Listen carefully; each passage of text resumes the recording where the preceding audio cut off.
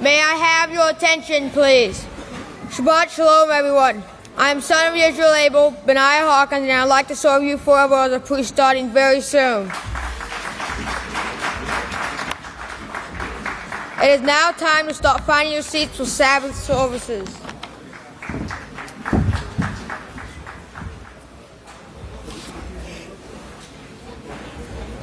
May I have your attention, please?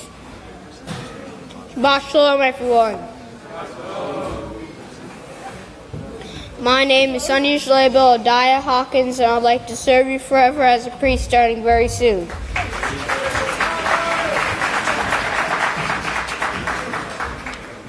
It's a privilege and honor to present to you the sons and daughters of Schlabel now entering the sanctuary.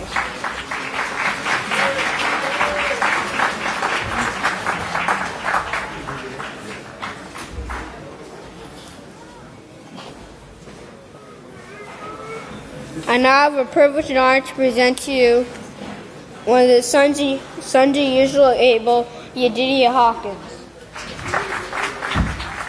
Shabbat Shalom, everyone.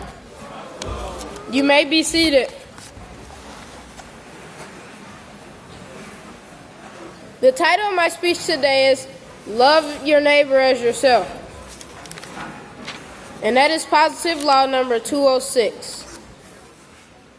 But before we can keep this law, we must first learn what love is and who our neighbors are. Yahweh shows us in the Holy Scriptures what love is. If you can turn over to 1 Yochanan 5:3, 1 Yochanan 5:3, and that's on page 966. 1 Yochanan 5:3, and that's on page 966. It says, "This is the love of Yahweh, that we keep his laws. So we shall love to others by keeping Yahweh's laws." The next question, who is your neighbor? Who is our neighbors? Our neighbors are everyone who we come in contact with. Look around you. Your neighbors is everyone who you come in contact with. Your neighbor is next to you. That's your neighbor. That's your neighbor. Everyone that you come in contact with. You might think that your neighbor is someone who lives next to you. You're right. But that is not your only neighbor.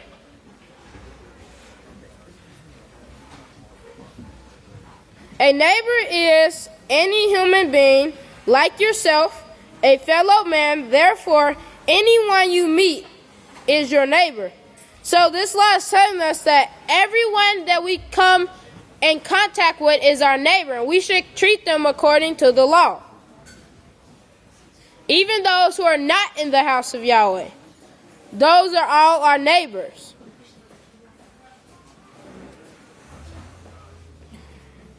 Okay, how do we keep this law? We do this by keeping the laws of Yahweh ourselves. That's how we show love to our neighbors. If you can turn over to Leviticus 19:18. Leviticus 19:18. And that's on page 98. Leviticus 19:18, that's on page 98. And it reads, 19:18, "Do not seek revenge, nor bear a grudge against one of your own people." Do not seek revenge, nor bear a grudge against anybody. Okay? Do not seek revenge, nor bear a grudge against one of your own people. But you shall love your neighbor. You shall love your neighbor, whether a brother or any enemy, as yourself. I am Yahweh. So Yahweh commands us to love our neighbor, whether a brother, an enemy, someone that we don't like. We should treat everyone with love. Okay?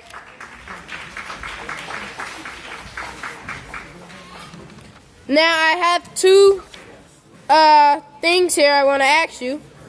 Whether you want to treat people with respect and others treat you with respect, or if you want to treat others with disrespect and others treat you with disrespect. So would you rather treat others with disrespect and others treat you with disrespect? Or would you rather treat others with respect and others treat you with respect? I would rather treat others with respect than others treat me with respect. But what if you treat others with respect and others treat you with disrespect? Should you treat them back with disrespect? The answer is no, okay? So, no, we should not treat them back with disrespect. Yahweh commands us to treat others with respect no matter how they treat us.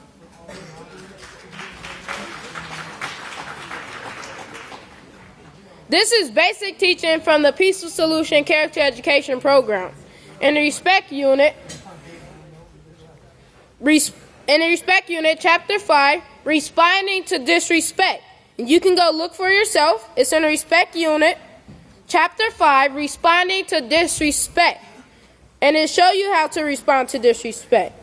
In fact, it teaches us that responding to disrespect with more disrespect only adds fuel to the fire. So 2 wrongs do not make it right. We should treat others with respect, even if they treat us with disrespect.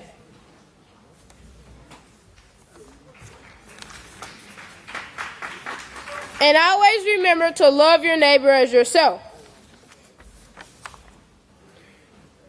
So if you go to the store and steal, and do not steal, actually. If you go to the store and do not steal, you're showing love for the owner of that store and the people who buy from that store by not stealing. Okay? If you don't want anyone stealing from you, don't steal from anyone else, and you will be showing love to your neighbor. Okay, when you show love for others by keeping Yahweh's laws, then you show love for Yahweh as well. And everyone wants to show love to Yahweh, right? Okay, the only way to a peaceful, joyful, everlasting life. This is the only way to a peaceful, joyful, everlasting life is Yahweh's way. Not God's way, Yahweh's way, okay? There is no other way.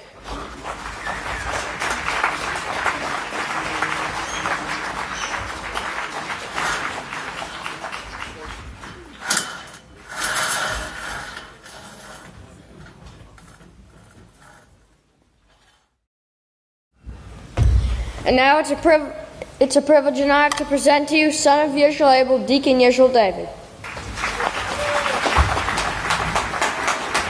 Shalom, everyone. Please be seated. Today I'd like to talk about how we can feed and build the character of Yahweh within ourselves. Because, it's really, really, really important that as we're getting closer and closer to the end, that we have Yahweh's character in us and Yahweh can trust us to do the jobs that He has assigned for us.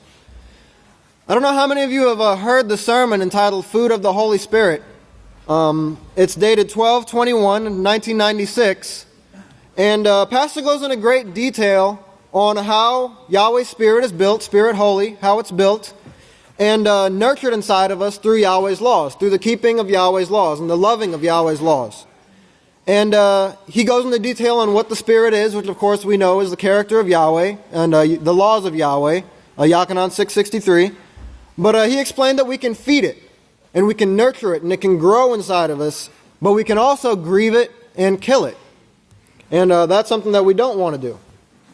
So when Yahweh called us to His house, He started teaching us His laws. He started feeding His laws to us, feeding that Spirit, developing a certain character in us. His character, the character of Yahweh.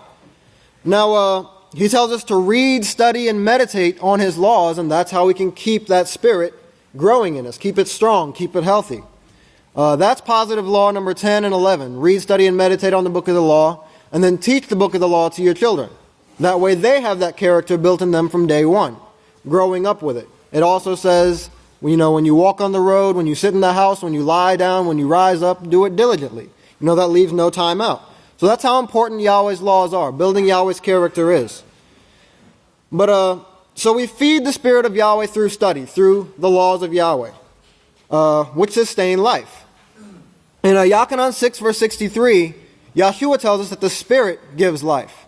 Our fleshly bodies are useless without the laws of Yahweh. Yahweh created the human body to live forever. But because of sin, we have death all around us, and people are dying left and right. But that's not what the human body was meant to do. It was meant to live forever through the laws of Yahweh that are practiced in it. So our bodies are useless without Yahweh's laws. But what occurred? If you remember when the Catholic Church infiltrated the temple, what was one of the first things that they did? They removed the daily reading of Yahweh's laws from the people. So what did that do? We learn through repetition, right? Every day when we have the laws of Yahweh put into our minds, the character of Yahweh being built in our minds, we learn, and it gets stronger and stronger. But when that's cut off, then we don't have that repetition. We're not learning anymore. So Satan is allowed to creep in. And Satan will sure creep in when she can. But how do we counteract this? We have to study. Study every single day. So, of course, everybody knows this scripture, but 2 Timothy chapter 2, verse 15, on page 938, tells us to study to show yourself approved to Yahweh. A workman. A workman. What is a workman? That means you have to work, right? You have to do Yahweh's work. Who does not need to be ashamed, rightly dividing the word of truth, the laws and the prophets. Notice verse 16. But shun profane, vain babblings. Profane, vain babblings are teachings that have nothing, that oppose Yahweh's laws, that oppose the truth. Vain babblings, for this will only grow into more unholiness, and it'll spread like gangrene. When Satan can creep in and spread her so-called desirable way to others, it will spread. So we need to avoid these things, shun them. So we can't allow Satan to creep in. But if you rise early and pray and study, then you'll realize that your day will go a lot smoother, because you'll be starting it out in the right direction, starting it out with Yahweh's laws in your mind, Yahweh's word. And we have so many things to study. We have the books of Israel, we have the newsletters, prophetic words, and those will strengthen our mind and get our day started in the right direction.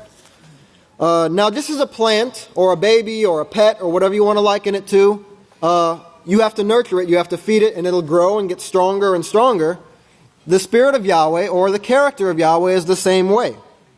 And it takes over your life. When it gets strong, it takes over your entire life, and you find joy in the Spirit of Yahweh that's in you, or in the laws of Yahweh, practicing the laws of Yahweh. And you remember Pastor said we have to get to the point to where we can rejoice in everything that we go through? Well, it's not going to be that way if you're focused on Satan's way, because he's going to put all kind of things in your mind to stress you out. But if you have Yahweh firmly on your mind, you'll know that, well, this thing that I'm going through here, it's a test. Yahweh's trying to prove and see if I'm going to pass it or get upset and fail it.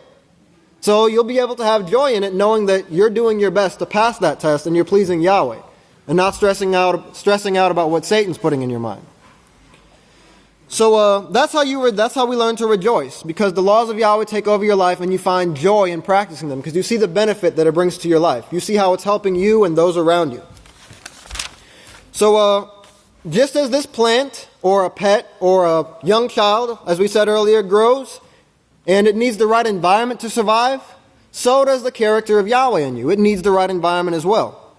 You can't surround yourself with negative influences, as we've learned from the Peaceful Solution, or worldly associates, or people with worldly influences. We have cell phones, we have computers, we have anything that we can allow Satan right into our homes with. We can't allow those to surround ourselves, because those will grieve the Spirit of Yahweh, the character of Yahweh.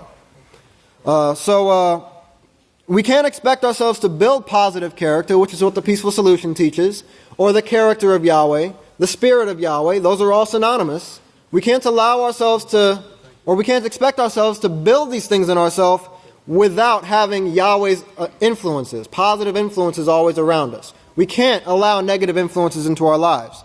It grieves Spirit Holy. So to further strengthen this point, if you'll turn over to Ephesians, the book of Ephesians, chapter 4, in verse 25,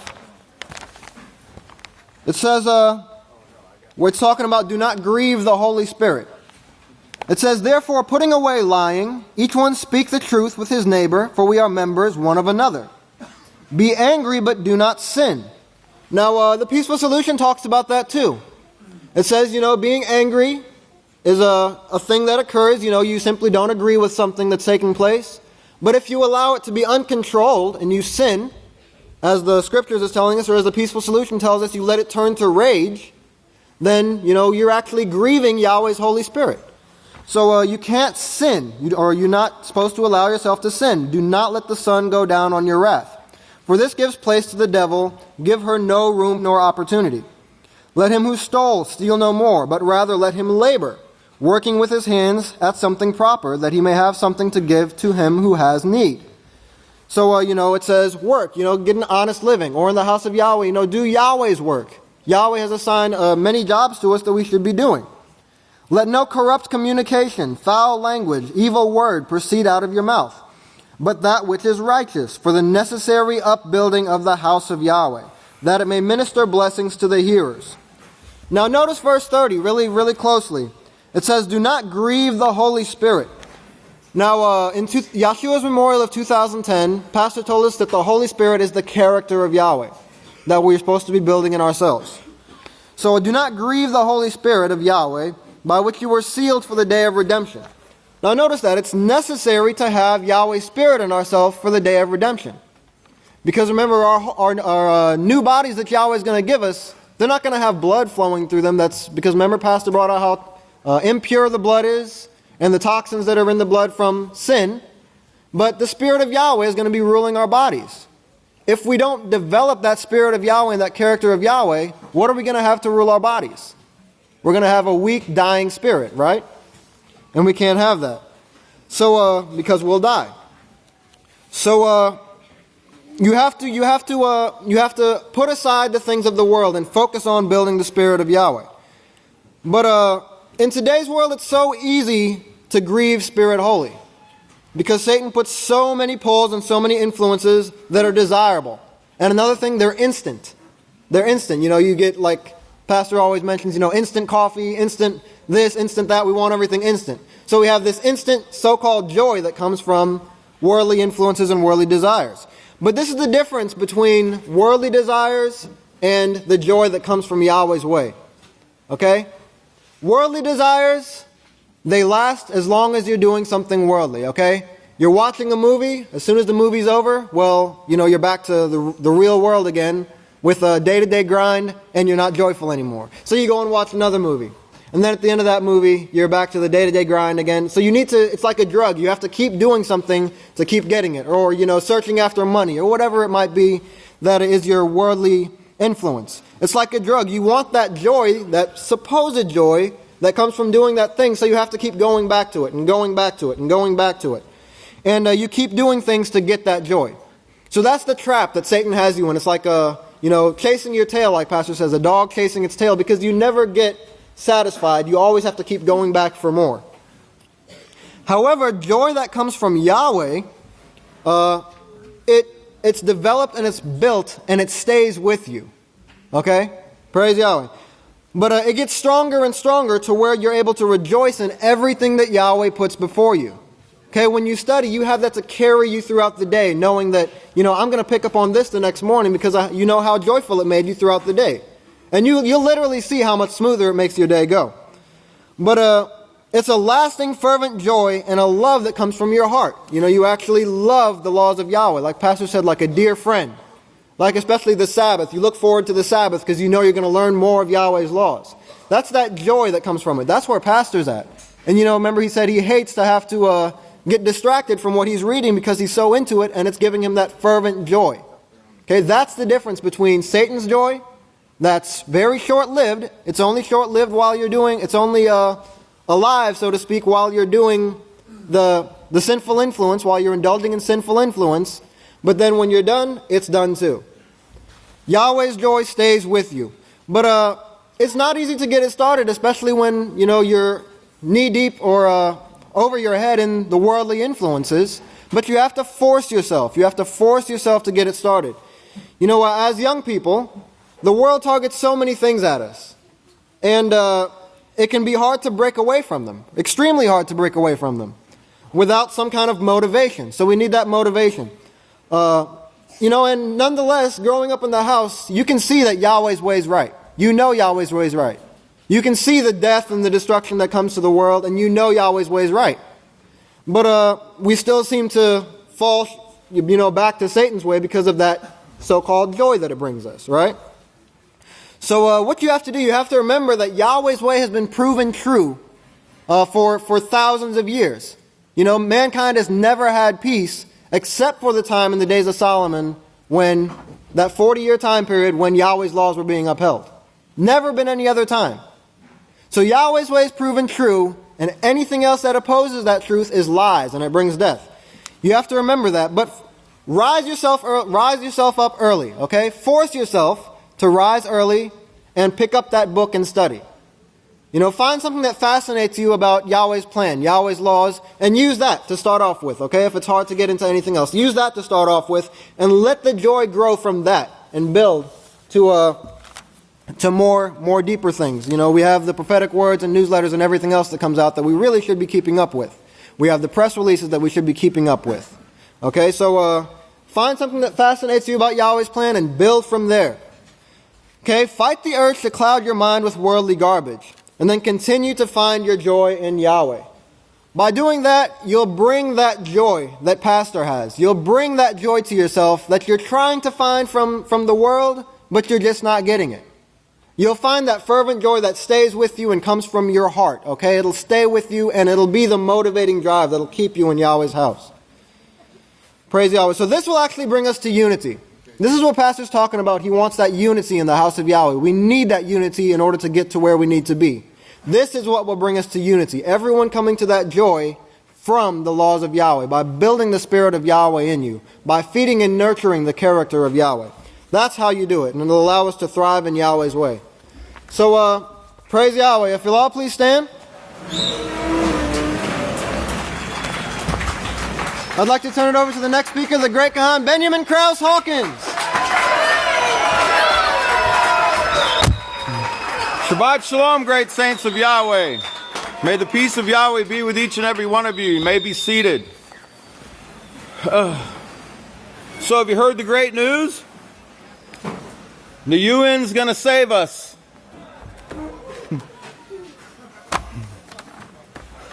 The ones that started this whole thing and got us all in this trouble, they're going to get us out of it.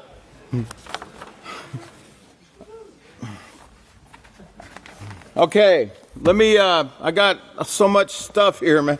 It's incredible, okay? The amount of things that are being brought out in these last days that Yahweh's shown us are just so incredible. Let me start out. Last Sabbath, 12/12, the pastor, right there, me and pastor were speaking, and he told me about this press release that had come out, and he had noticed that the release date of the letter was 11/27/15. It was called Israel Hawkins Says He Can Prove Why He's the Only One with the Plan to Stop the Wars and Fighting. And he noticed the impression, the total number of headline impressions, that number 144,000, and then the comma, and then the 630, showing them separated. Okay, I want you to keep those in your mind. Very important numbers that were impressed in his mind when he saw that. And we're going to be talking about that. Now, also, we're going to be talking about the Paris Climate Conference as well. But I want you to remember about 2015. Do you remember 2015 was 512 backwards? Everybody remembers that? And how on 512, Pastor had his dream about Yahweh being in full control. And we were all looking forward to 512. Well, I got news for you. We have something else to look forward to. This year, 2016, is 612 backwards. Okay? And I don't know if you know what's coming up on 612. This is our new calendar. 612 is the Feast of Pentecost this year. Okay, 612 is the Feast of Pentecost. Keep that in your mind, very important. And also want to give you a definition. 612 means bind, band, bond. As in the bond of unity that the great deacon just got through speaking about. And other things that we're going to be going through. Okay. Now I told you, today's 12/19, by the way, just to whet your appetite a little bit on that. Today is 12/19, and it's from 12:10, and it means to gather. It also means, and it means to fence and fortify. It means secrets and mysteries, inaccessible things. Remember, the secrets are being revealed at the house of Yahweh in these last days. And it's from 12:10, and it means clipped the grape crop. And I know y'all remember this event. The wave picture that was seen in Scotland on the 10th of December 2014, which was a year ago. The great Kohan David Heimerman got up here last week, and with his the other great Kohan Safanya, and they did the question and answer show impression. I don't know if you noticed there that little hat, but that's Jacob right there, standing in the exact same position as they were up here on the stage. You'll notice his little hat here, and here's his face, and Pastor's ahead of him, because Pastor's the spokesperson. That's all I'm going to say about that right now. But that was a Yassam sermon last week, wasn't it?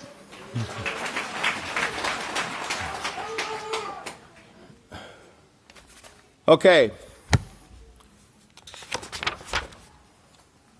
Also, December 12th, yes.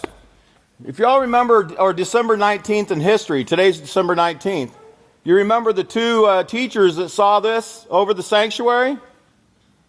December 19th, the two Peaceful Solution teachers saw the age box, the box with the word age and the SHDHF, and showing, Pastor explained us about the holy place and the most holy place. So I got to thinking, well, how many days has that been since that December 19, 2011 that they saw, and today? And it's 1,462 days, as you can see. So I looked up 1462. Remember, we're still talking about what Pastor talked about last week about this 144,000. Here's the word, 1462, and it means grasshoppers.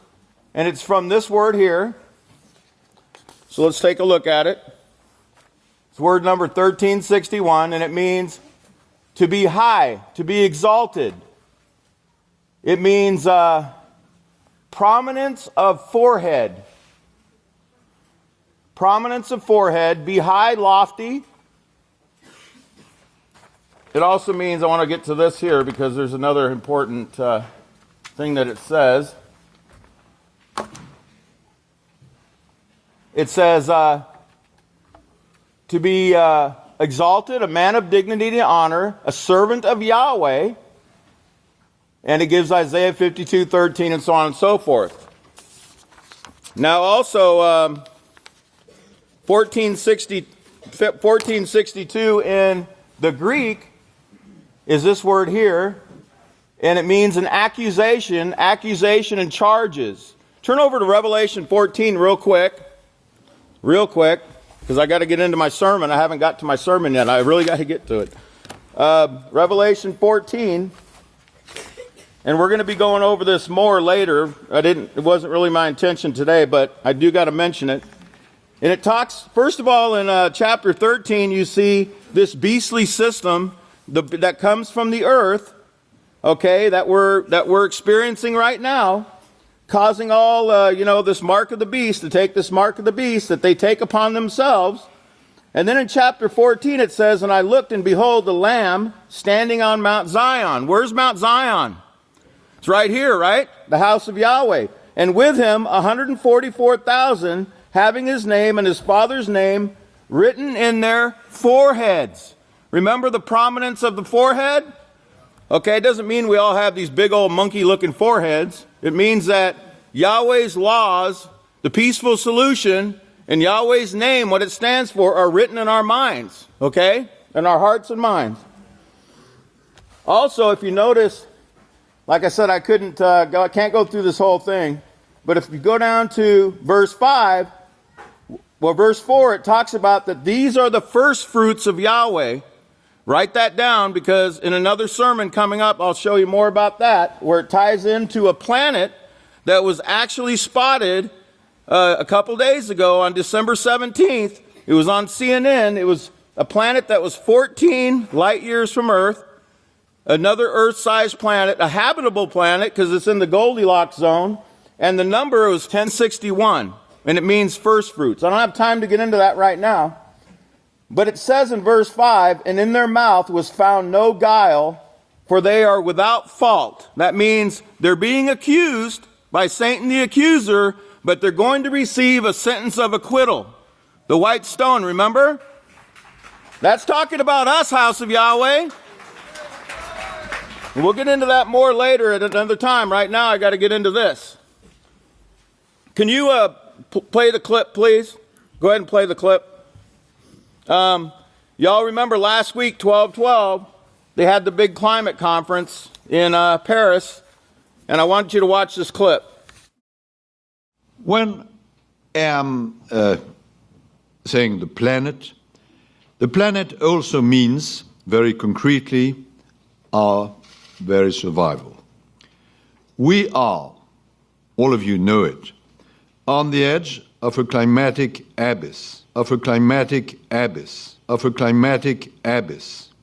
In fact, we have 500 days to avoid a climate chaos. 500 days to avoid a climate chaos. 500 days to avoid a climate chaos.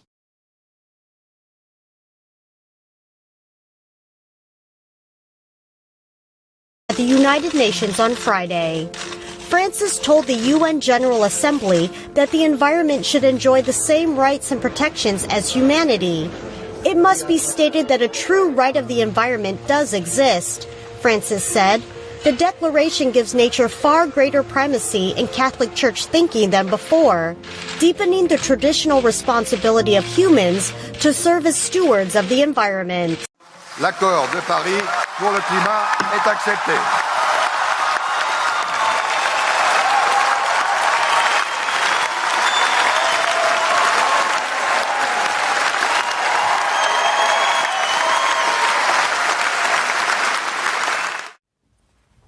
Boy, they were really excited, weren't they? Well, they have every reason to be. They're going to be billionaires. Okay, now, remember the French foreign minister mentioned that 500 days to climate chaos. In fact, he also mentioned it that same day alongside Skull and Bones, Chaos Kerry, Secretary of State John Kerry, standing next to him when he said it. The world has 500 days to avoid it. And then along comes Pope Francis 500 days later at the UN. And y'all remember what that 500 meant? It meant an opponent of the Messiah, the anti-Messiah. Remember that? And that he was driving his little Fiat 500. Y'all remember that? Okay? Remember that word fiat means to rule by command. Now, I don't know if y'all remember, but that climate agreement, that climate conference was supposed to end on the 11th. But they extended it for one day to 12/12. Well, I wonder if that was by design. You better believe it. Remember, this is the year of light, right? This is the year of light. Remember the year of light, okay? The UN International Year of Light 2015. There's their little emblem, their Temple of Apollo with the sun god Apollo's signature right there, the sun, with the rainbow around it. And now if you remember, 2015 also means appearing, manifestation, to show forth. Keep these definitions in your mind. And it's from 2016, which means to manifest, glorious, illustrious, in a transforming way to become visible. And also means to appear, to shine. It means light. Okay, to shine upon. It's probably a coincidence, right? By the way, where did the Year of Light begin? International Year of Light? Oh, did you know that France just extended the Year of Light?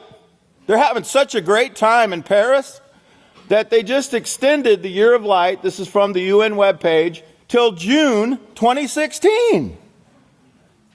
6/12 coming up, isn't it?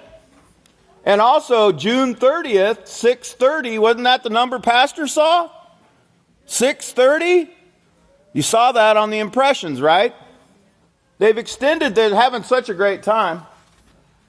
And, by the way, the Year of Light was launched on January 8th with an opening ceremony in Paris. In Paris. Well, of course, Why Paris? Well, because Paris, as everyone knows, here's from Wikipedia, Paris is known as the City of Light. The City of Light. The City of Light. And, it kicked off on the 8th, and just the day before we had the Charlie Hebdo shooting in Paris. Y'all remember that? 12 people gunned down in Paris at the Charlie Hebdo shooting on January 7th, which was, by the way, by coincidence, 666 days after the election of Pope Francis. By coincidence, right, House of Yahweh? By coincidence. 12/12. Y'all remember, because last year around this time I brought out that 12/12 was the feast of Our Lady of Guadalupe, or also known as Satan. Mary. Right there, there's her feast day, December 12th. 12/12. By the way, another great Kahan got up here last week and he talked about 12/12. He talked about the shadow of protection that all of us have if we keep Yahweh's laws here at the house of Yahweh. And that's from this word, 6751, which means defense or shade. And it's from 6751, which means to be or become or grow dark. It's going to begin, they're getting ready to be thrust into thick darkness. Do you understand? The world I'm talking about. And it's from 6749, which means to sink. Babylon is falling. Okay? To sink and be submerged. And it's from 6751, which beginning to grow dark, and it says compare 67:54, which is right here. It means an idol, an image, a resemblance, image or likeness. Remember that image and likeness of the beast that they're making for the world to accept? Remember, they're being deceived.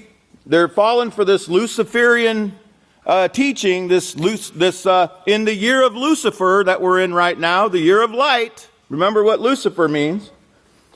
12/12 in the Greek means clear, manifest, evident, fully clear, manifest, grasping what is unmistakable. Yes, Yahweh is making this very clear what is taking place. I got to show you. Here, look at this. Notice the word, delos. That's the Greek word for 12/12.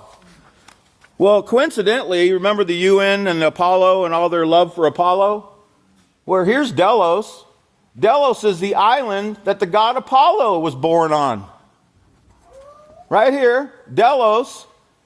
In Greek mythology, this is precisely why Leto escaped the wrath of Hera, was able to find sanctuary here in order to give birth to Apollo and Artemis, or Diana, as the book of Acts calls her, Diana of Ephesians. Remember that? That's a coincidence, isn't it, House of Yahweh? And you don't think the UN knows about that? This is from their page. The UN don't know about that?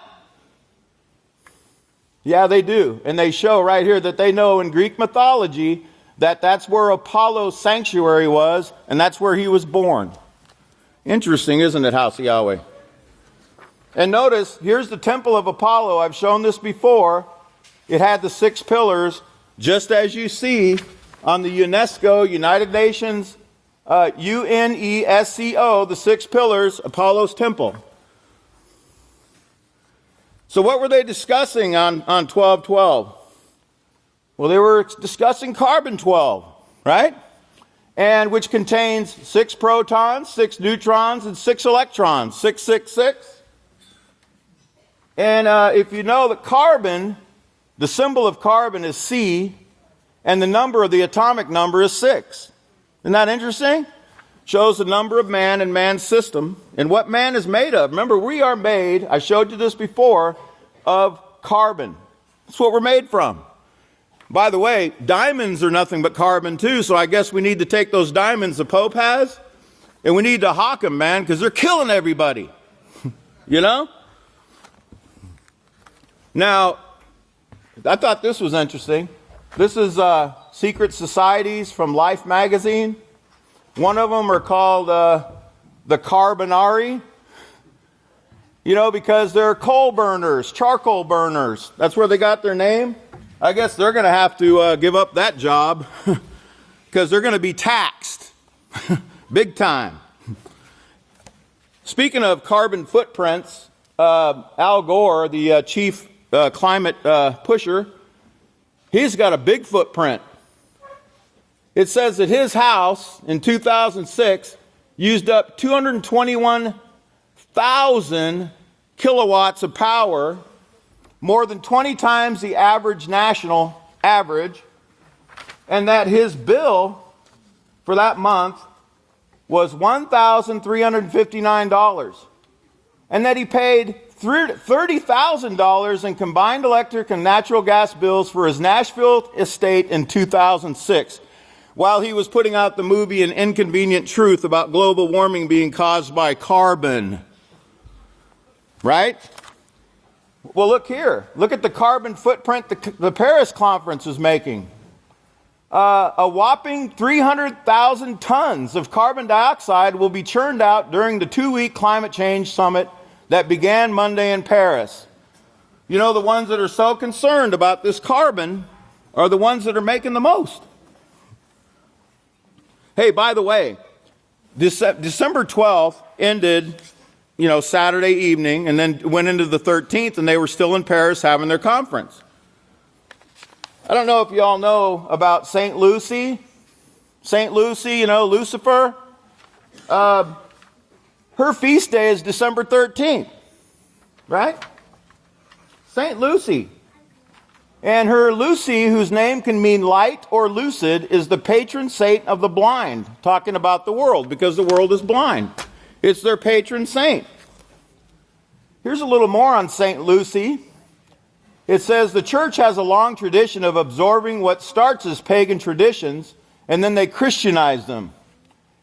Shows here that the name Lucy, which is etymologically connected to the Latin word for light, is also connected to the name Lucifer, thus reminds us of the forces of good and evil that we face in our lives.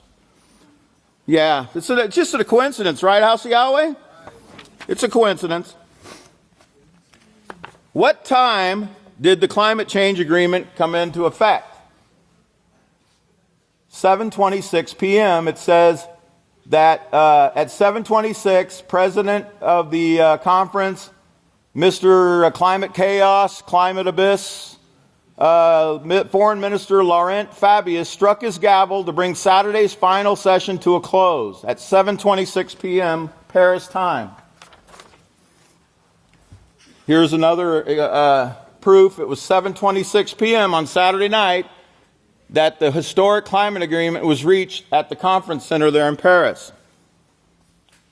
Well, 7:26, this is fitting. It means to seize. It means to carry off by force, to claim for oneself eagerly. Didn't they look really eager to get those billions of dollars? You know, that's why they were all like so gleeful, because they're going to get filthy rich. You understand that? Filthy rich off your carbon footprint that you're making. You worthless breathers and eaters. Well, that's what you're looked upon by the elite of this world. You're taking up space. It's from 138. It means to take for oneself. And it also means to choose by vote. To choose by vote. Well, you know, their consensus was a little fuzzy because, you know, when he put his gavel down, there were some dissenters out there in the audience that didn't even vote for it. Do you understand that? Not everyone agrees with this. You know, not everyone agrees with it. They didn't want to hear everybody's side of the story, but they said that, you know, there's a consensus. And, you know, after all, they had their magic 11/13 attacks in Paris that put a stop to anyone even any opposition at all to this. Did you notice that? They weren't allowed to do any demonstrations at all in public because of the fact that of the Paris attacks, they put into action a 9/11 type law that says no public protest at all for 3 months. That was magical, wasn't it?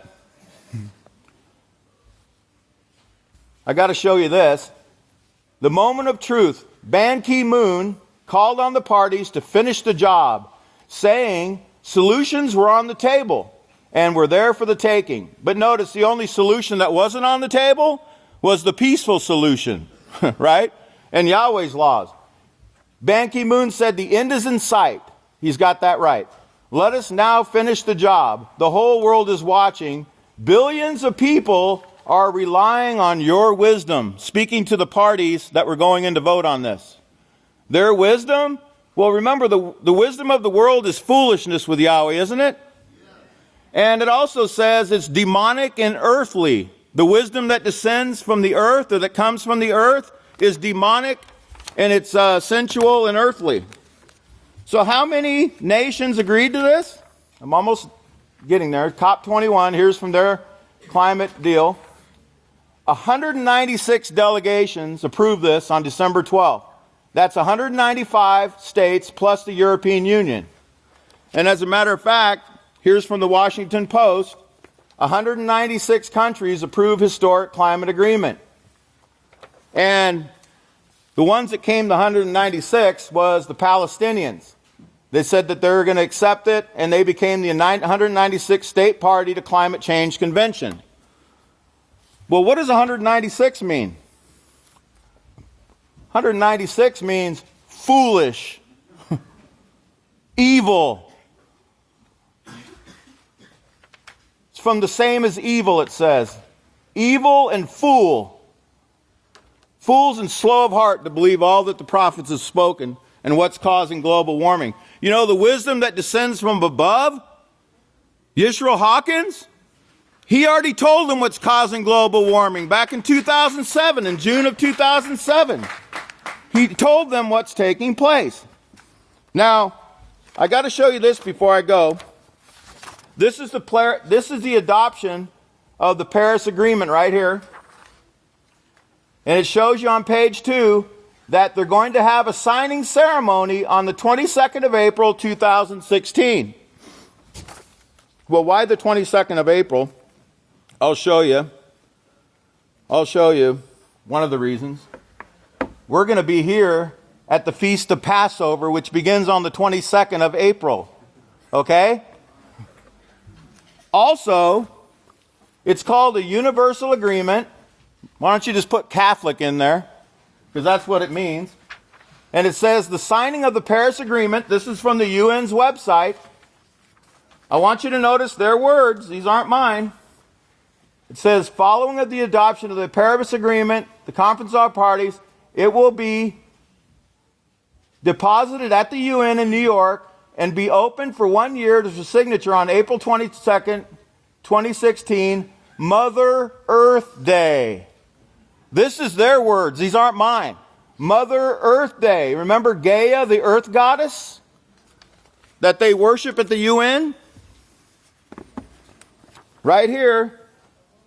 UN Climate Pact signing for Earth Day in New York, 666. New York City, 666. Who made International Mother Earth Day? The United Nations. Look at this. International Mother Earth Day. Remember Mother Earth? We got to save Mother Earth, the Pope says. Save Mother Earth. Who cares about the people? The Georgia Guidestones says we got to knock this down to about 500 million in perpetual balance with nature. Be not a cancer on the earth. Leave room for nature. Leave room for nature. Who cares about people? And here you go. Who's the earth mother from Greek mythology? Gaia. The mother earth, mother nature. The Greek goddess Gaia. That's all I have time for right now. But remember, oh, by the way, you know, those Georgia Guidestones were set up on 3/22. March 22nd, 3/22. You ever remember that number? Skull and Bones, Secret Society, Skull and Bones, 3/22. That's their number. Remember, he was asked about that by Tim Russert. What? Your Skull and Bones? What about 3/22? Yeah, what about it? I think Yahweh's exposing it, right, House of Yahweh? I think we know that Lucifer is being worshipped in the UN. Malachi Martin said that Lucifer worship had taken over. Of course, we know the whole world's worshiping Satan. But they're being tricked. And by the way, this goes into effect. The Sustainable Development, climate change is only number 13 on the 17 goals of Sustainable Development. And it goes into effect January 1st, 2016. Okay? The UN, it's a total takeover of the earth. This is what they're doing. That's all I got time for right now. I'd like to turn it over to the great Kohan, Ilya Heiler. Yahweh bless you. Shabbat Shalom, everyone. You may all be seated. Of course, this world is seen and going the way of Cain. Remember what Pastor brought, the tree of righteousness and the tree of a mixture of righteousness and evil being Cain and Abel and the teachings. Well, of course, this world has gone the way of Cain, continual war, and sadly we see the effects of this taking place not only in adults, not just the teachers or the preachers of this world, but also in the children. And we're going to start out in the news with a father who has Hodgkin's lymphoma disease, a mother who has ovarian cancer, and their 8-year-old daughter, imagine this, 8-year-old daughter finding a lump in their upper regions of their body. 8 years old. And of course, everybody's asking why. Why is this taking place? Well, of course, it's the curses being passed down from one generation to the next generation, just as Yahweh said these things would take place.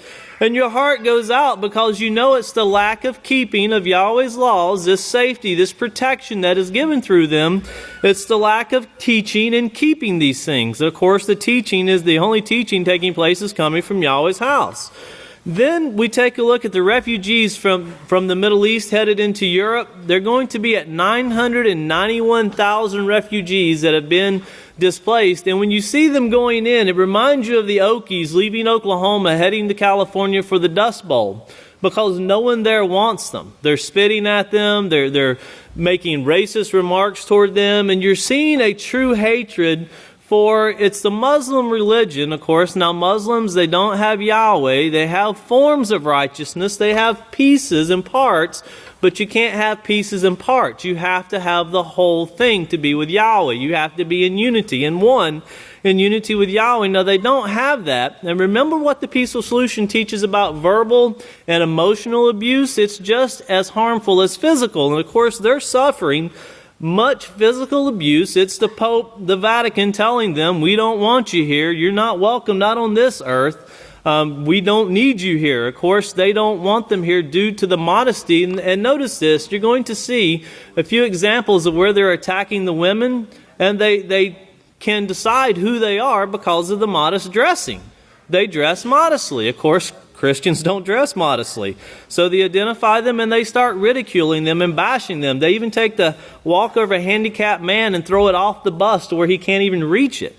Now, this is not welcoming. This is not showing care and concern. It's showing a pure hatred. But remember where that hatred comes from.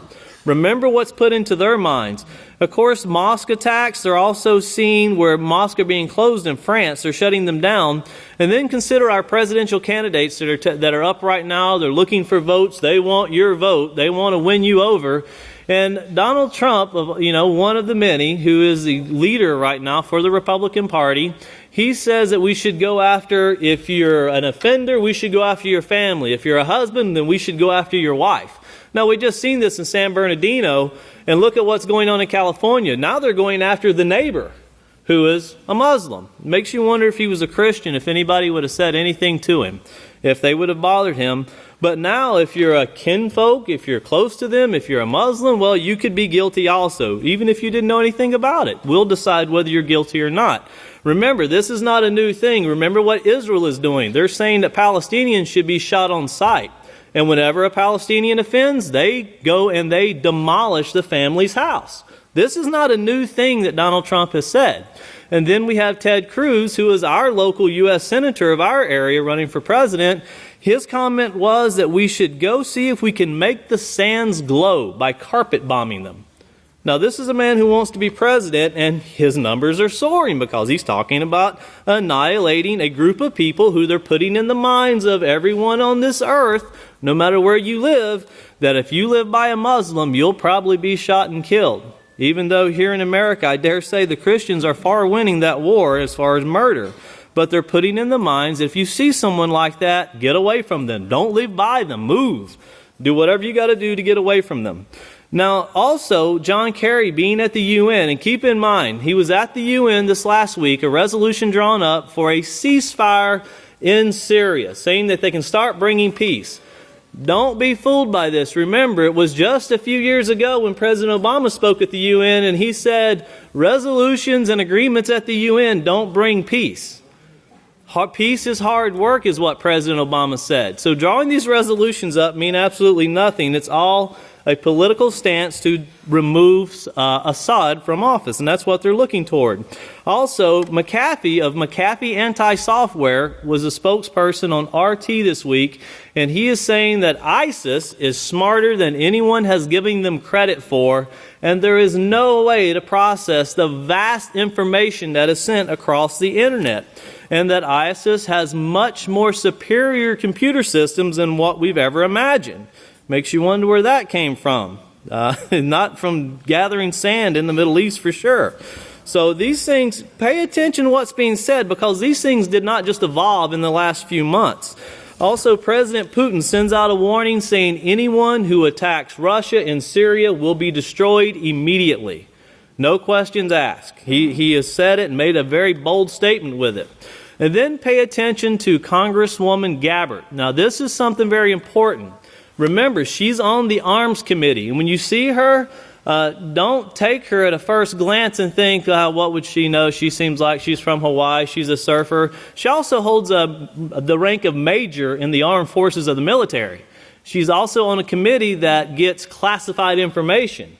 Her main concern is nuclear war. That's her main topic, and that's what she's drilling Ashton Carter, who is the defense secretary. She's drilling him over it, and listen to what she says and how she says it. Nuclear war could take place in minutes. There is no warning when it could take place. Whenever it goes, and there's nothing we can do, and it's going to be devastating. And remember, she has classified information. She's asking questions from her knowledge of content that may not be released to us as the public. And then we go to the last but not least, we go to Pope Francis first, who's saying that agreement not made in France will be suicide for everyone.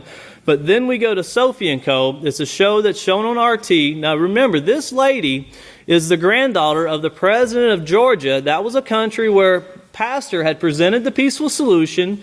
And they said, if you come, you may not be able to get back. And remember, peace was taken from the earth at that time with those three countries where they had offered the peaceful solution. They wanted it, but there was no guarantee of return. So it was held back. It was pulled back from the earth. Well, this young lady is the granddaughter of that president. And she's interviewing a nuclear technical expert. And he's saying that nuclear war could take place even by accident due to you have a grudging military campaign going, one country not wanting to let someone get the upper hand on them. They feel something's been shot off in the atmosphere, and they could attack right off the bat immediately. Now watch how powerful they say these missiles are. They say one missile known as the SS-18 from Russia carries 10 nuclear warheads and is 100 times greater than the bomb that was dropped on Japan in Hiroshima and Nagasaki. They're saying it could literally wipe out the 5 boroughs of New York and also New Jersey. One missile.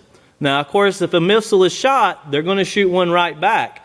And he's saying that this is very, very possible in taking place. And remember what Congresswoman Gabbard said, just a matter of minutes. There is no forewarning. There's not like a tornado siren and you know it's coming.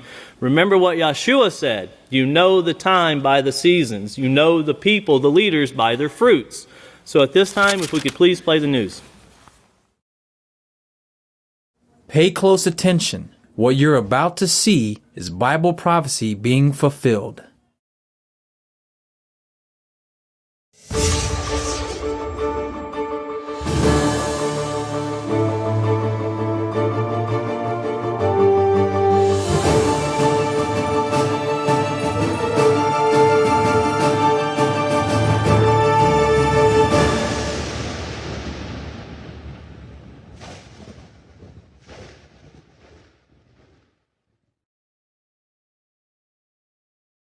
Welcome to another edition of YPN News, bringing you the news as it relates to Bible prophecy and foretold by Yeshua Hawkins. Well, in the news today, Muslim hate crimes are skyrocketing, refugees reach nearly 1 million, and just how fast could a nuclear war be launched and the earth destroyed? But first, cancer targeting the very young. Wow. Now, it's something you'd expect to find in a woman of middle to older age, a lump in her chest. But this time, the victim was an 8-year-old girl. When she told her parents about the lump, they were quick to take her for testing since they both had experienced life-threatening illnesses of their own. Mother Annette had been diagnosed with the rare form of cervical cancer in 2000, and Father Troy had been fighting his own battle since 2008 against Hodgkin's disease, now in stage 3. Well, 99.9% of all tumors in children are benign. Chrissy's was not. The diagnosis was a slow-moving and very rare form of breast cancer. Now, both parents, heartbroken by the news, agonize over losing such a young, vibrant child to cancer. Their lingering question now is why? Why us? When is enough? You can understand the distress they're going through.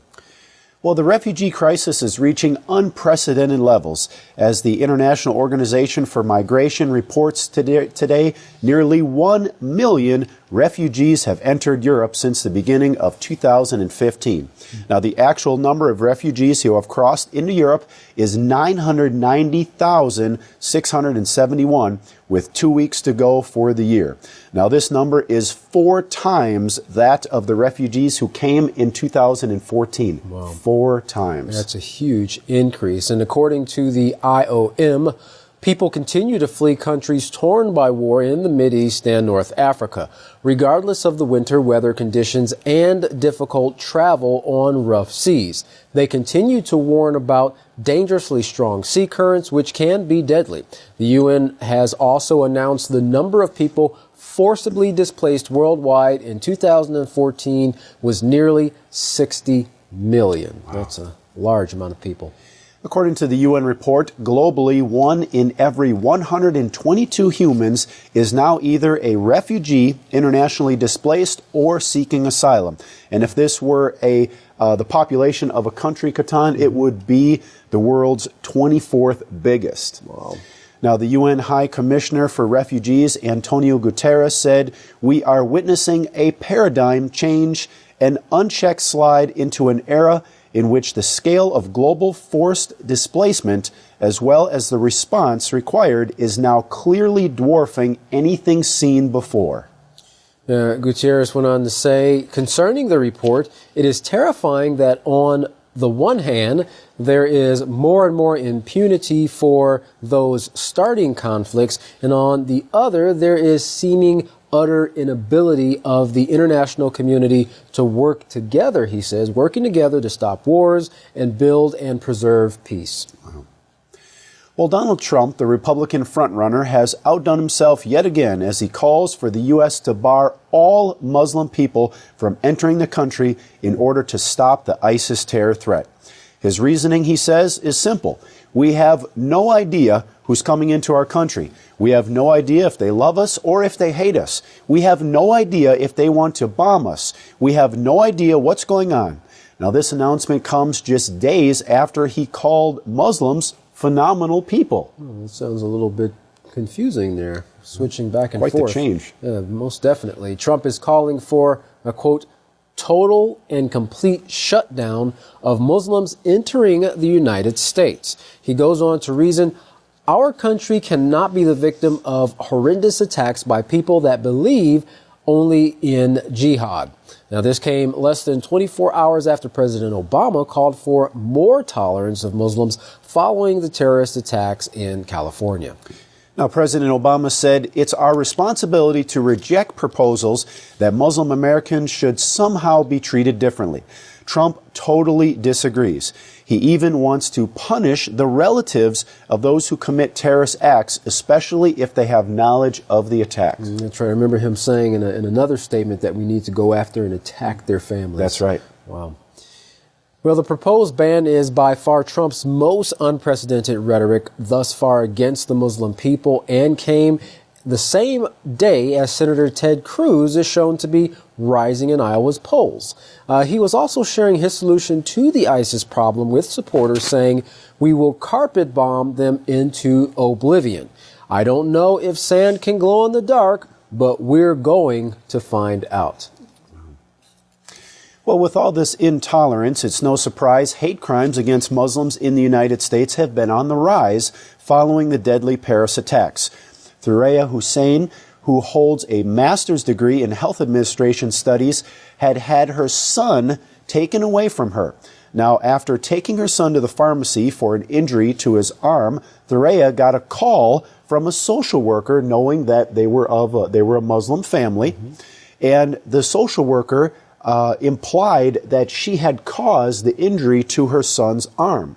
So she was told that she should admit to the injury in order to get her son back. Wow. Well, trying to force some type of admission of guilt or wrongdoing. When it wasn't there. Yeah, that's amazing. Well, earlier in the week, a Virginia mosque was vandalized when an intruder threw 2 smoke bombs and a Molotov cocktail towards its entrance. Jahari Abdul Malik, imam at the Islamic Center, said it was about 2 a.m. in the morning. These gates were closed. The intruder tried to gain access by banging on the gates. Now, the imam continued, so he bent part of the mechanism of the gate, couldn't gain access, so he wound up throwing 2 smoke bombs over the gate, and then he had a bottle filled with some, and he wasn't quite sure if it was gasoline or other type of flammable liquid, and he lit that and threw it over the gate. Now, following the Paris attacks, Muslims across the U.S. are now facing a new anti-Muslim backlash, similar to those that followed right after the 9/11 attacks in 2001. It's interesting about the rhetoric towards the Muslim people, seeing as though there have been a lot of crimes within the United States that were done by United States, American citizens, not Muslim at all. Right. Well, the U.S. isn't the only place that these hate crimes against Muslims are increasing. The U.K. has seen a sudden spike as well. A Turkish pensioner on a London bus became the recent target of a hate-filled rant by a fellow passenger. The disabled Turkish man was accused of being in the UK only to get free welfare payments and a walking frame, like a walkers to help him get around, which the video actually shows was later grabbed from the man and thrown off the bus. Wow. Well, a similar video surfaced days earlier when 2 Muslim women were verbally abused in North London. This video shows a London woman calling the two Muslim women the devil and more. Now, as Britain fights ISIL abroad, the hate crimes against Muslims, and specifically women wearing the Muslim headscarves, have become more frequent in their area. Sounds like our society needs a lot more education, that's for sure. Absolutely. Islamophobic attacks in London have shot up by 70% over the past year. The majority of these attacks are against women who wear headscarves or the full face veil because they're the easiest to identify as Muslims as opposed to the men. One young London resident wearing a full veil said, "Sometimes people throw things at me. People tend to be scared of what they don't know, and because they don't know who I am or what I look like, and I'm so different from them, it's a bit intimidating for them." Wow. Well, the United Nations Security Council had unanimously adopted a Syrian resolution which pushed for an international bid to put a stop to the warring in the Syrian nation. U.S. Secretary of State, the President of the UN Security Council, put the resolution to vote, and all parties were in favor of the draft resolution 2254 of 2015. Now, this resolution calls for peace talks and a ceasefire to be implemented in early January, and that only the Syrian people can decide the future of their country. The plan also urges the UN to convene talks on a Syrian transition between government and all opposition groups, and the plan also emphasizes that terrorist groups such as Daesh or ISIS will have no place in the talks whatsoever. Well, Kerry said that differences still remain of the fate of the Syrian president, Bashar al-Assad, and that this resolution has been a gesture of unity on the Syrian peace process by a council that's often deeply divided over the issue. Now, the Syrian crisis has claimed the lives of almost 300,000 people since it began in 2011. Wow. Well, the Syrian crisis is also rippling outward to produce concern over the possibility of bloodshed here in the States as well. Reports are that ISIS has significant support right here in America, and Larry McGee has the latest on these current details. Larry, what do you have for us? The United States has serious concerns regarding loyalty among its citizens. Recently released reports from George Washington University state that ISIS insurgents have unprecedented support within the U.S. There are reportedly 900 active investigations against ISIS sympathizers spanning across every state in the Union. The mercenaries are said to be utilizing social media to recruit, and the university report calls for action amid factors such as the 250 Americans who have traveled or attempted to travel to Syria or Iraq to join the mercenaries so far. Security expert John McAfee, creator of McAfee Security Software, says that ISIS is far more intelligent where cyber science is concerned than the West has given them credit for. Meanwhile, the U.S. is alleged to be gathering trillions of bits of information daily, but without any real ability to analyze that information efficiently. Nonetheless, Mr. McAfee says the threat of ISIS, though real, is being presented as a pretext by government officials to justify ever-increasing intrusions into personal privacy. The security merchant says that what is needed to combat terrorism is better cybersecurity and improved foreign policy. According to Mr. McAfee, the U.S. is oblivious to other countries. America has terrorism, he says, because we have played the world policeman and interfered in the affairs of other states for far too long. Given the same experiences as those in the Euphrates region, many of which have had to cope with the loss of family members due to the continual war being spearheaded by the U.S., Mr. McAfee believes many of us would be angry too. The issue, he says, is who started this. And America needs to take some kind of responsibility for that. The United States, the security expert says, can simply not be the world's policeman any longer. The founder of McAfee Software might find a kindred spirit in President Vladimir Putin, who put his opponents on notice at the recent end-of-the-year meeting of his defense ministry, stating that any force threatening Russian air groups fighting terrorism in Syria should be immediately destroyed. The head of the Russian Republic communicated to his staff that he orders to act in the toughest way. All parties threatening the Russian forces and its infrastructure on the ground are to be destroyed immediately. The events behind the scenes suggested by the escalation in language has some politicians more than a bit concerned. Recently, Congresswoman Gabbard had a revealing discussion with Defense Secretary Carter about the alarming prospect of nuclear war between Russia and the U.S. This was their conversation.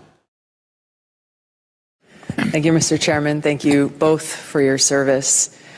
Since our policy to overthrow the Syrian government of Assad has brought us really into a potential direct head-to-head military conflict with Russia, I have some important questions along this line.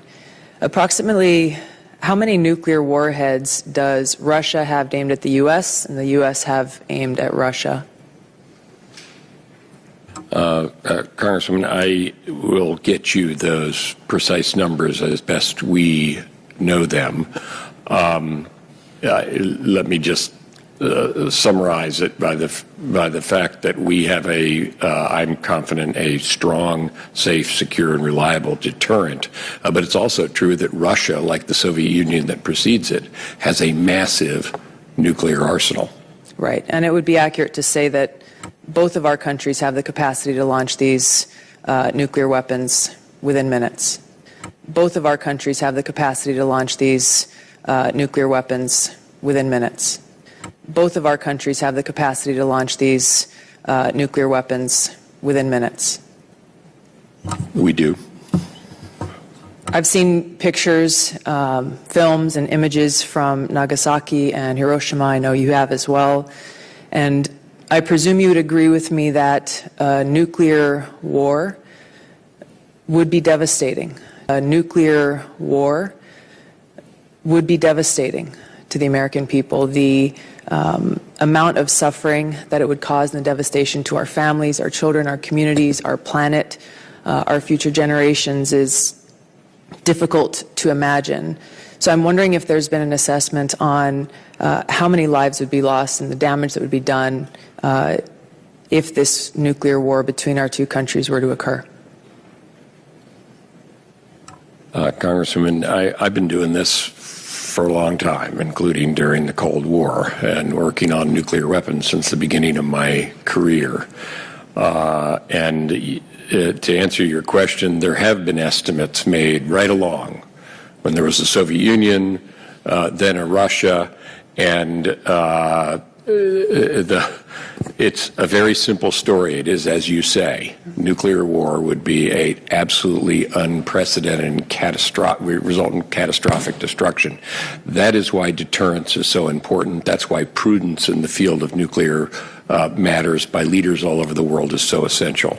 So the fact that we now have our F-15s patrolling the Turkey-Syria border with that primary air-to-air combat operation, there's no air-to-air combat against ISIS. They don't have any air assets. So I can only presume that the purpose of these planes would be to target Russian planes. There's no air-to-air combat against ISIS. They don't have any air assets. So I can only presume that the purpose of these planes would be to target Russian planes. Is that accurate? I think that the chairman and his counterpart in Russia just talked yesterday about making sure that we didn't, by accident, have any incident involving U.S. and Russian forces. So we have a sharp disagreement there, but that's not the same as blundering into a armed situation with one another. But that sharp disagreement, sorry, I only have a minute here, that sharp disagreement with two diametrically opposed objectives, one, the U.S. seeking to overthrow the Syrian government of Assad, Russia seeking to uphold the Syrian government of Assad, creates that potential, that strong potential and strong likelihood for that head-to-head combat. Katan, Jeff, back to you. Katan, it seems like the topic of nuclear war is on a lot of people's minds these days. Yeah, that's for sure. Well, in other news, Pope Francis departed from Africa. He gave a strong warning to the world as the world leaders were meeting in Paris to find a solution on climate change. The Pope says the stakes could not be any higher. Addressing the media on his flight out of Africa, he said, "I am not sure, but I can say to you, it's now or never." From the first one, referring to the climate summit there that he's talking about, the first climate summit, which I believe was held in Tokyo, to now, little has been done. Every year, the problems are getting more serious, he continued, and we're at the limits. And if I may use a strong word, he said, I would say we are at the limits of suicide. We're killing ourselves. Well, 25 years after the end of the Cold War, global nuclear powers are still on alert, and the danger of a fatal nuclear accident is as high as ever before. Now take a look at this RT interview of Theodore Postel, a former advisor, the U.S. Chief of Navy Operations, MIT professor, and nuclear technology expert, by RT's Sophie Shevardnadze. The end of the Cold War brought hope of elimination of nuclear weapons, but 25 years later, the nuclear arsenals of global powers are still on alert, and the danger of fatal accident is as high as ever. Theodore Postel, former advisor to the U.S. Chief of Naval Operations, MIT professor and nuclear technology expert, he joins me today to shed light on all of this. Fears of nuclear confrontation faded at the end of the Cold War. But a breakdown in relations between the global powers has reignited fears surrounding atomic weapons. In an atmosphere of mistrust, could a wrong move or a simple accident trigger an exchange of deadly blows? What is the chance of such a fatal error of judgment, and what can be done to turn back the doomsday clock? Dr. Theodore Postel, former advisor to the U.S. Chief of Naval Operations, a professor at MIT, nuclear technology expert. Welcome to the show. It's great to have you with us. So, Ted, President Obama came into the White House calling for global zero. Now, there are plans to spend $1 trillion on an overhaul of an entire U.S. nuclear arsenal. Why is this happening? Well, I think this is a consequence of domestic politics. You can never understand the foreign policy of a country without understanding its domestic situation.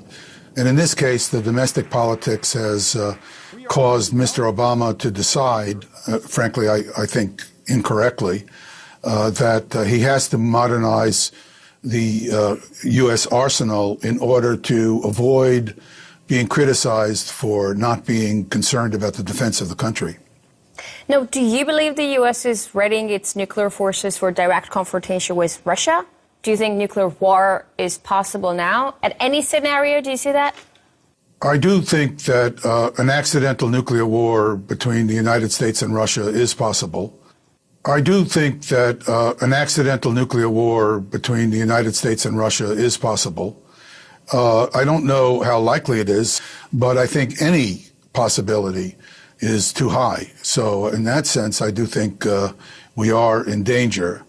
I think the current political confrontation between Russia and the West, in particular the United States, is potentially dangerous too. Both sides are very aware of the catastrophic consequence of nuclear weapons being used by one or the other. So I think both will be very cautious, but I think the danger does exist, yes. But nuclear weapons have worked as a deterrent against war, with the risks, like you say, way too high for all sides involved. Has the mutually assured destruction doctrine been forgotten? Has the definition been changed, maybe? No, I don't think the definition has changed, and certainly the reality has not changed. And I think an understanding of the reality is very important if you're not going to make a mistake that leads to nuclear use on either side. And I believe, from what I've seen on both sides, that the concern about the potential for the complete destruction of each country and the world is still very high.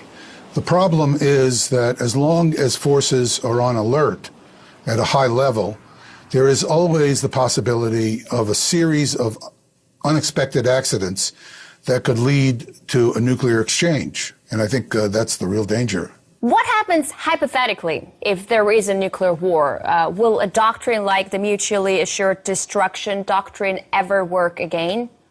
Well, I think anybody who is rational and understands pretty much, in a dim way, the consequences of nuclear weapons would not rationally use nuclear weapons. The problem is that if you have a crisis situation where one or both sides have no understanding of what is actually happening on the other side, and people are exhausted because it has gone on over time, and somebody makes a bad decision with incomplete information, which is almost certainly what happens in the real world. Information's never complete.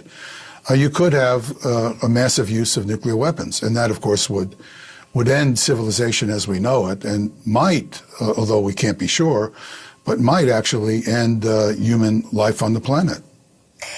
You could have a massive use of nuclear weapons, and that, of course, would end civilization as we know it, and might, although we can't be sure, but might actually end human life on the planet. What kind of accident can occur? Well, I can give you a concrete example and then expand on it. In 1995, there was what's called a sounding rocket launched off an island that is on the northwest, off the northwest coast of Norway. Now, this sounding rocket was different from other sounding rockets that had been launched at that time. It went to much higher altitudes than had previously occurred. And it passed through the radar search fan of an early warning radar at Olenogorsk in Russia, and set off an alarm that led to Yeltsin at that time being brought into the command loop. Now, I do not believe that Russia or the Russian military forces were put on high alert or would have done anything that could have led to an accident at that time. But if you had an accident like this, which occurred, for example, during a crisis between Russia and the United States, where both sides had been at loggerheads for quite a while, and both sides were exhausted, very concerned about military action happening, it could have led to an alert and possibly even a launch of Russian or U.S. forces. So there is a concrete situation where an accident that really must be looked at as benign given the circumstances under which it occurred could have been fatal under different circumstances. The bombs that Russia and U.S. have in their arsenal right now, they're 100 times more powerful than the ones that were used in Hiroshima and Nagasaki. How devastating would the aftermath of a nuclear explosion be today? Yeah, they're more than hundreds of times more powerful. A typical warhead from a Russian missile, like what we call the SS-18, one of those warheads, this rocket can carry up to 10 warheads. One of these warheads detonated over New York City, for example, would essentially destroy all of Manhattan, most of Staten Island, probably all of it basically, large parts of New Jersey to the west, basically the borough of Brooklyn and most of Queens and the Bronx, out to a range of maybe anywhere from, I'd say, 10 kilometers range from the central area where it exploded. If you had a similar warhead from the U.S. over Moscow, it would destroy, again, most of the city. It would, again, destroy 150 square kilometers of the city easily. And that's only one warhead. There would be many warheads targeted on each of these great cities. Of course, it's not possible to win a nuclear war. Of course, it's not possible to win a nuclear war. Of course, it's not possible to win a nuclear war. There's no outcome that is that you can predict associated with the facts of nuclear weapons that would lead to any definition that is at all meaningful of winning a nuclear war. The problem is, if you have an adversary, you're a military person, you're evaluating the actions of the other adversary, and you see the adversary doing things that look like they believe that they can fight and win, it makes you concerned. It raises concerns that they might actually believe that, or in a crisis, they might actually exercise options created by these technical changes. So it's a dangerous double-edged sword. Why is NATO still going forward with these plans? It's going forward because the leadership of the United States has domestic, again, I want to underscore domestic political, not international, political commitments to doing missile defense. The Congress is deeply committed to it. I think the big defense companies that do the work want to keep their contracts, and the American Congress is strongly influenced by the ability of these companies to influence elections through their money. Well, Jeff, the Cold War may be over, but the fire that's burning in the hearts of the nations is sure to bring eventually all-out nuclear war, as it's evident by these articles and the fact that we still have an extremely high amount of nuclear arsenal in existence today. And what's amazing, Gatan, as Mr. Postal said, the quickness that this destruction could take place on the Earth once the nuclear war started. He's saying within an hour, 60 minutes, in total destruction. That's amazing. That's right. And the fact that these things can be accidentally done. Accidentally. Right. And then next thing you know, the whole world is engulfed in an all-out nuclear exchange. Yep. No turning back after that point. There sure isn't. Well, you don't have to be caught up in the anger of the nations. Your own holy scriptures warn you to come out of this world so you don't receive of the plagues that are surely consuming the world at this time. Well, Yisrael Hawkins of the House of Yahweh is teaching man how to enter in through the gates that lead into the kingdom of Yahweh. That's man's creator. You don't have to go the way of Cain. There is a way of escape, and that is Yahweh's way, through the laws of peace and the peaceful solution. Here's what you can do to get started. Well, contact the House of Yahweh today, and when you do, don't forget to request your free Prophetic Word magazine and monthly newsletter. Now, you can write them at The House of Yahweh, P.O. Box 2498, Abilene, Texas 79604. You can call them at 1-800-613-9494.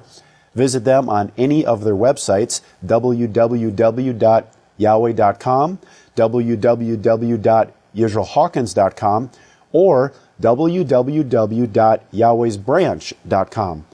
You can also check out our new website, www.ypnnews.com, and to email the House of Yahweh, send your emails to info@yahweh.com. And for any calls outside the United States, please call the number on your screen. And again, don't forget the latest Bible study tool available by going to www.yisraelsays.com and look at the Yisrael Says program. Well, don't go anywhere. Get yourself pencil, paper, and, of course, your Holy Scriptures, because up next is Yisrael Hawkins, the only one ordained to make clear the way of Yahweh. For all of us here at YPN News, I'm Katan Alexander. And I'm Jeffrey Heimerman. Thank you for watching.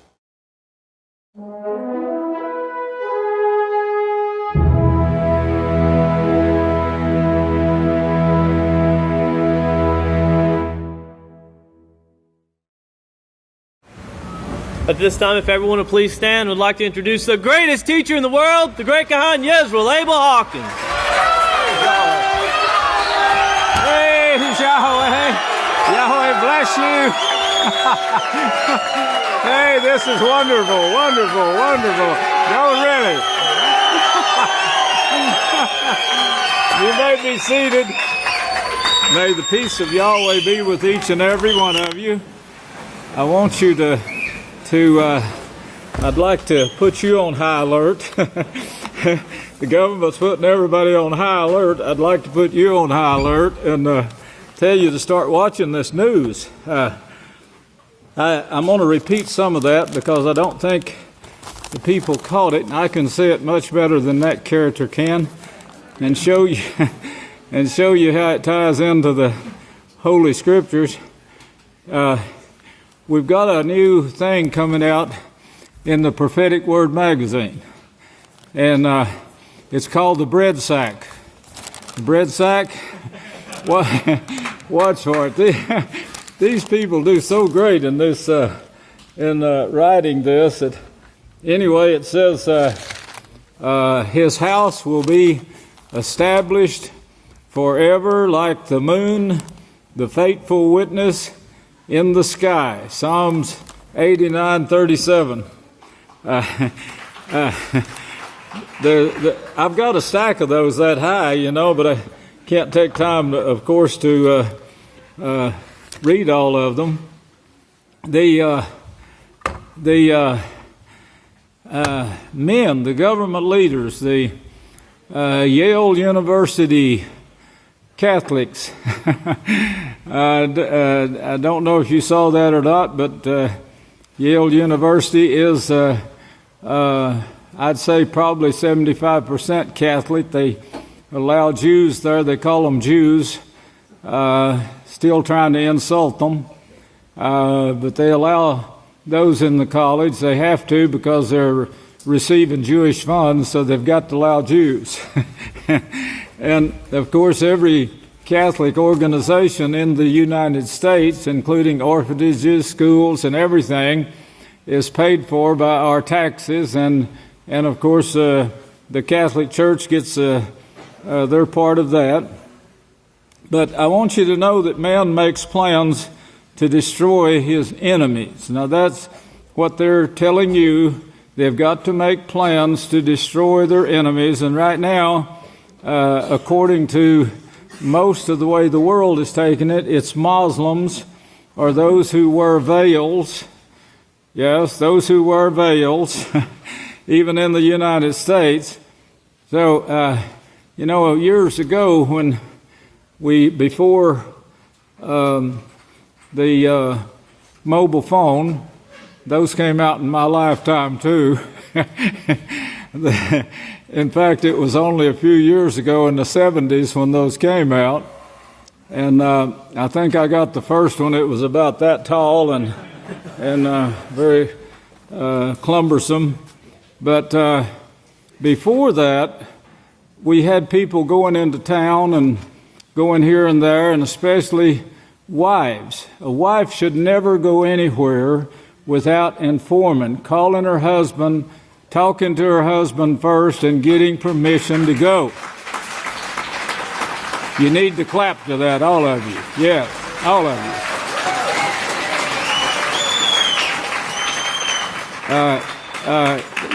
We make a lot of mistakes, and it gets us in trouble. But anyway, I worked out something to where they could tell the office, say, I'm going to town, I'll be at a certain place, and check in with you at, certain time. Well, of course, if they didn't check in, we sent someone hunting them, and most of the time we found them broke down on the highway. A couple of times, they didn't, and of course, we had people raped. We had women raped out on the highway because they're too damn stupid to tell their husband or stop at the office and tell us that they were going to be doing this. Or maybe it was independent. Maybe you could call it that instead of stupid, but it doesn't fit Yahweh's way. The woman that it's been a great story all of my life. The woman, the girl that was told don't go to that community by one of the 12 tribes of Israel, and she went to that community and she was raped, and several people lost their lives, thousands of them, because of it, because she wanted to be independent. That's not just a cute little story. Yahweh is telling you what his kingdom is going to be like. It won't be like Eve, who failed to ask her husband first.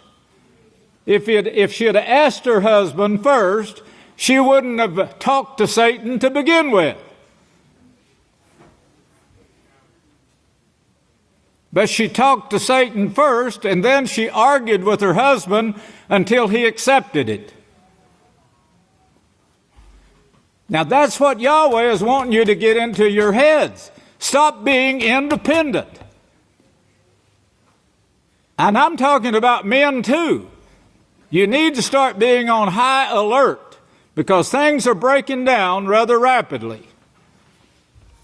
Well, right now we see the governments, we see the Vatican that is making plans to destroy the earth.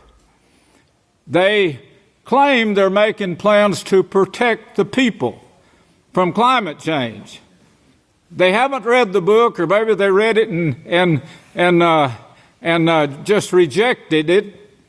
But the book, there's more and more scientific proof coming out all the time to show that microorganisms are sick in heaven, and this is the reason they're not cleaning the heavens, and it's not the reason for disasters, but the real cause of global warming, the book. That's what everyone needs to read and of course know the truth about what is causing the climate changes, all the earthquakes. I never heard of an earthquake in Oklahoma. And now they had 800 and something last year, 850 of them in Oklahoma. I never heard one. I lived there for several years. I was born and raised there. No such thing.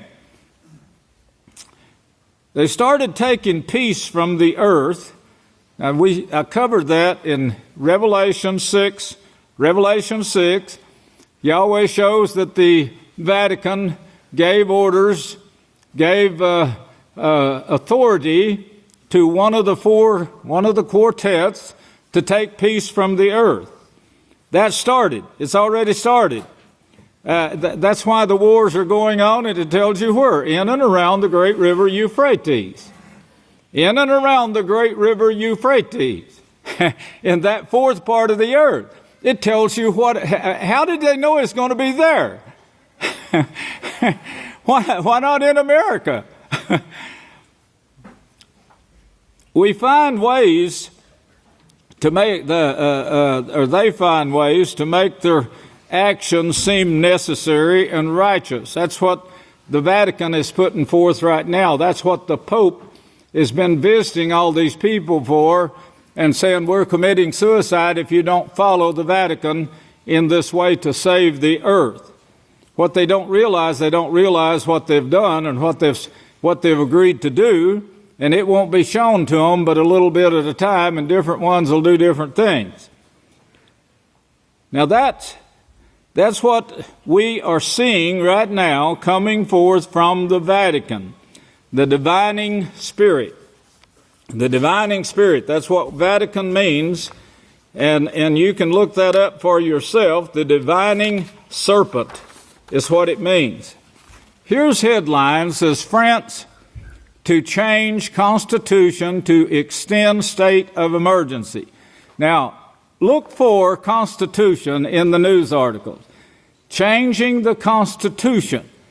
The Constitution, one of our main ones, is, of course, the First Amendment, and I don't know how many here would know what that means, but you need to find out what it means, and you need to remember and look for this in the news. It's taking place right now.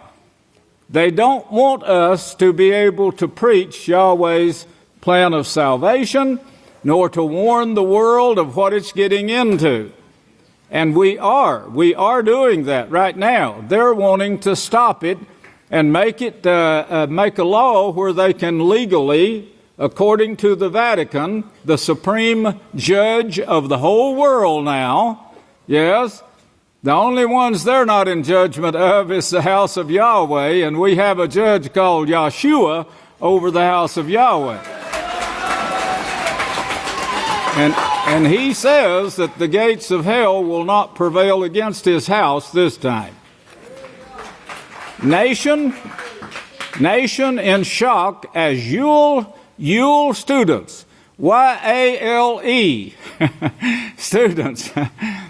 This was the one that was founded by a Puritan, then quickly taken over by the Catholics. Do you know the Puritans, I don't know if you've studied their history, but they fought Christmas for years and years and finally gave in. They couldn't, they couldn't stand up against the Catholic Church. Well, now at Ewell University, of course, is where they train soldiers to go out and take their positions in battle. And, of course, they train them in religion so they can be chaplains and, work in prisons or go out with the soldier boys and tell them, yeah, go ahead and kill these people. That's all right. You'll go to heaven anyway. You have a license to kill from God and Jesus, of course. By this sword you will conquer. By this, by war you will conquer. And in Revelation 6, if you remember, says, now listen to me, it says he went out, he was given this authority to go out conquering and to conquer.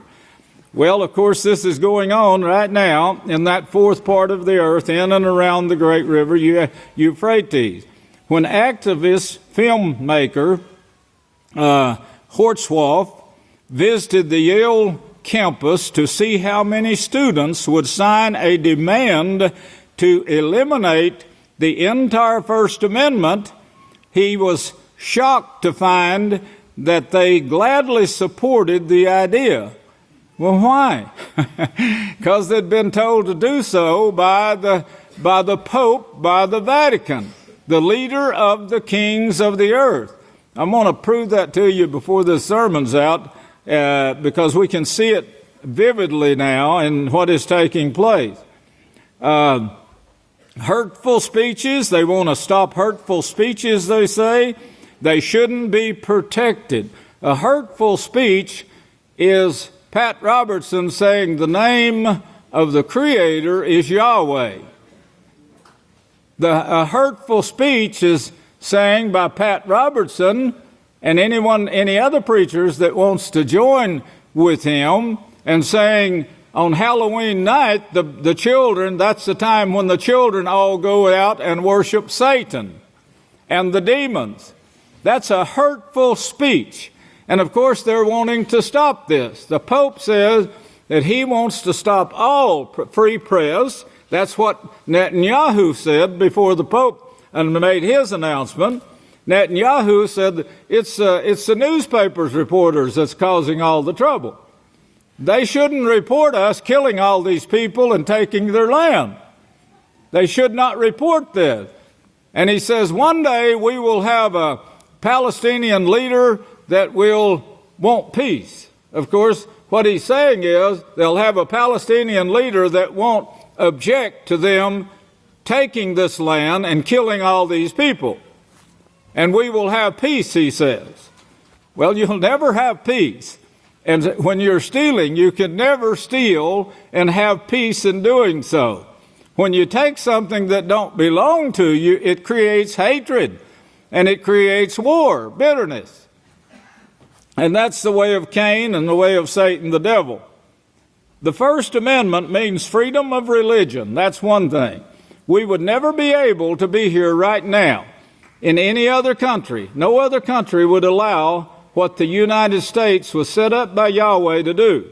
And that's take the message of Yahweh to all nations. So freedom of religion is one of the amendment, the First Amendment. Freedom of speech is another one. Freedom of peacefully assembling. Yes, they got laws against assembling in other nations, other states. Freedom to petition the government. All of those things is the First Amendment that they want to wipe out. And of course, the great Yale University, who's a follower of the Vatican and been told, you're going to be the heroes in this. You're going to be the ones that bring the nation to peace, because you won't allow these other religions to worship. You won't allow freedom of speech or freedom of religion or even assembly. Yes, that comes forth straight from the Vatican. The divining serpent. France. Now this just started But here, France's state of emergency could be extended indefinitely. France's state of emergency. France, let me find the other one. France to change constitution to extend state of emergency. Well, they say they got to do this. They got to stop freedom of speech because somebody's going to tell them what they're doing and how evil it is, and of course how they're not telling the people what they're actually going to do. I'm going to show you what they're going to do here in just a moment. Chris Christie said it. He said, we're already in World War III. It's not something that's coming. It's something that's already in progress. The Department of Homeland Security bulletin warns of new phase of terrorist threats. The Department of Homeland Security on Wednesday issued a bulletin warning the public that the Islamic State, you see where they put the hatred? Since then, the hatred has, the assaults against the Muslims in the United States has tripled since they put this out. This is the hatred that they are stirring up. Remember, Malachi Martin said in his book, The Keys of This Blood, also is in his interview, that the Vatican, he said Mary, the Uremia said the Queen of Heaven, Satan, the devil, is going to make war against all of those who will not worship her. Daniel said they're going to try to destroy every form of holiness. That's translated the holy people, but it actually means every form of holiness, including the wearing of the veil. And right away, they start putting hatred in the minds of the people for anyone who wants to wear the veil or the jihad. I think that's what it's called. Islamic State is trying to radicalize Americans, they say. The Islamic State is trying to radicalize the Americans through the internet and social media. See, so they want to knock out both the internet and the social media, and calling for more public awareness of the possibility of these threats. They don't have any threats. They have a possibility of threats. Well, of course, it's possible for some nut to threaten somebody or something, but they don't have any. And they say this. They say they don't have it. They just want to make you aware, and they want to prepare. How do they want to prepare? By taking away the internet, by taking away free speech. That's two of the ways. By creating checkpoints. Yes, throughout the United States, and they say this is going to be in operation within 6 months. I'm trying to wake you up to this. You better listen closely.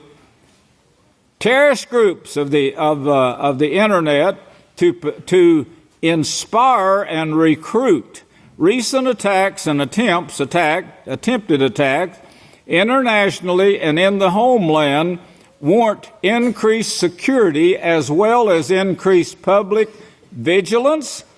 You know, get your guns and get ready to shoot Muslims. This is what they're saying in their propaganda here. Vigilance, public vigilance and awareness, he said. Now get this. Though we know no intelligence that is both specific and creditable at this time of a plot by a terrorist. They know of none, but they've got to get ready, and they've got to get their police squads, get more police officers, use the Air Force, the Yale University, all of them. Put uniforms on them and get them out here to check in your bags in the grocery store. The bags you come in with and the bags you leave with, to see if you bought something in the grocery store that might explode.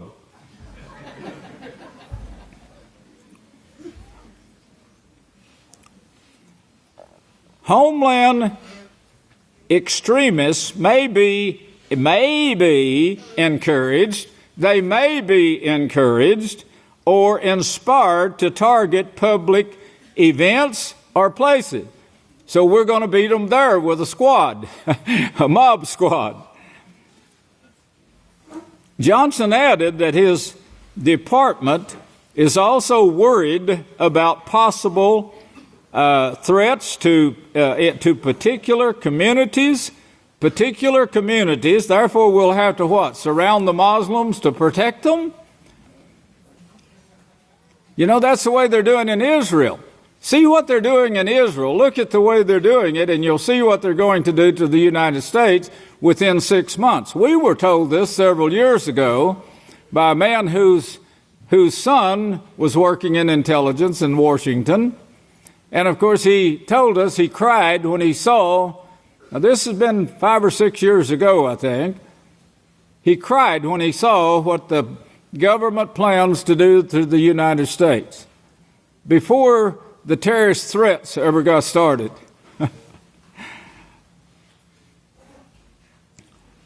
Johnson added that these threats to particular communities in the U.S. based on perceived religion, ethnicity, and nationality. Anyone who's not white, is that how they're going to classify them? The birth certificates don't mean anything, they said now. You know, so you got to look at them. Are they wearing a veil? Is their clothing different?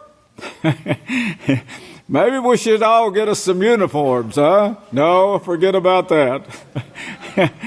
Forget about that. Put your trust in Yahweh.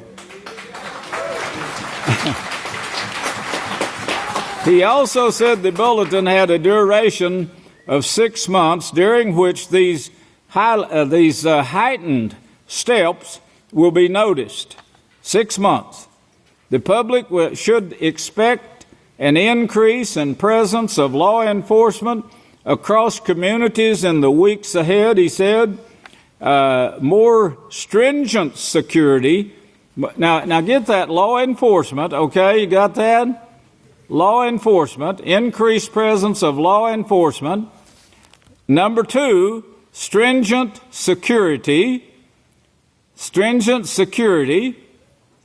Number three, this may include heavy police presence, additional restrictions.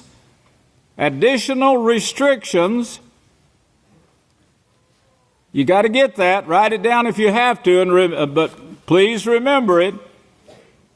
And searches of bags and the use of screening technology, like they do at the airport. Stringent enforcement, restrictions. Now, this article here, it says ratification of the convention. Now, we just had, the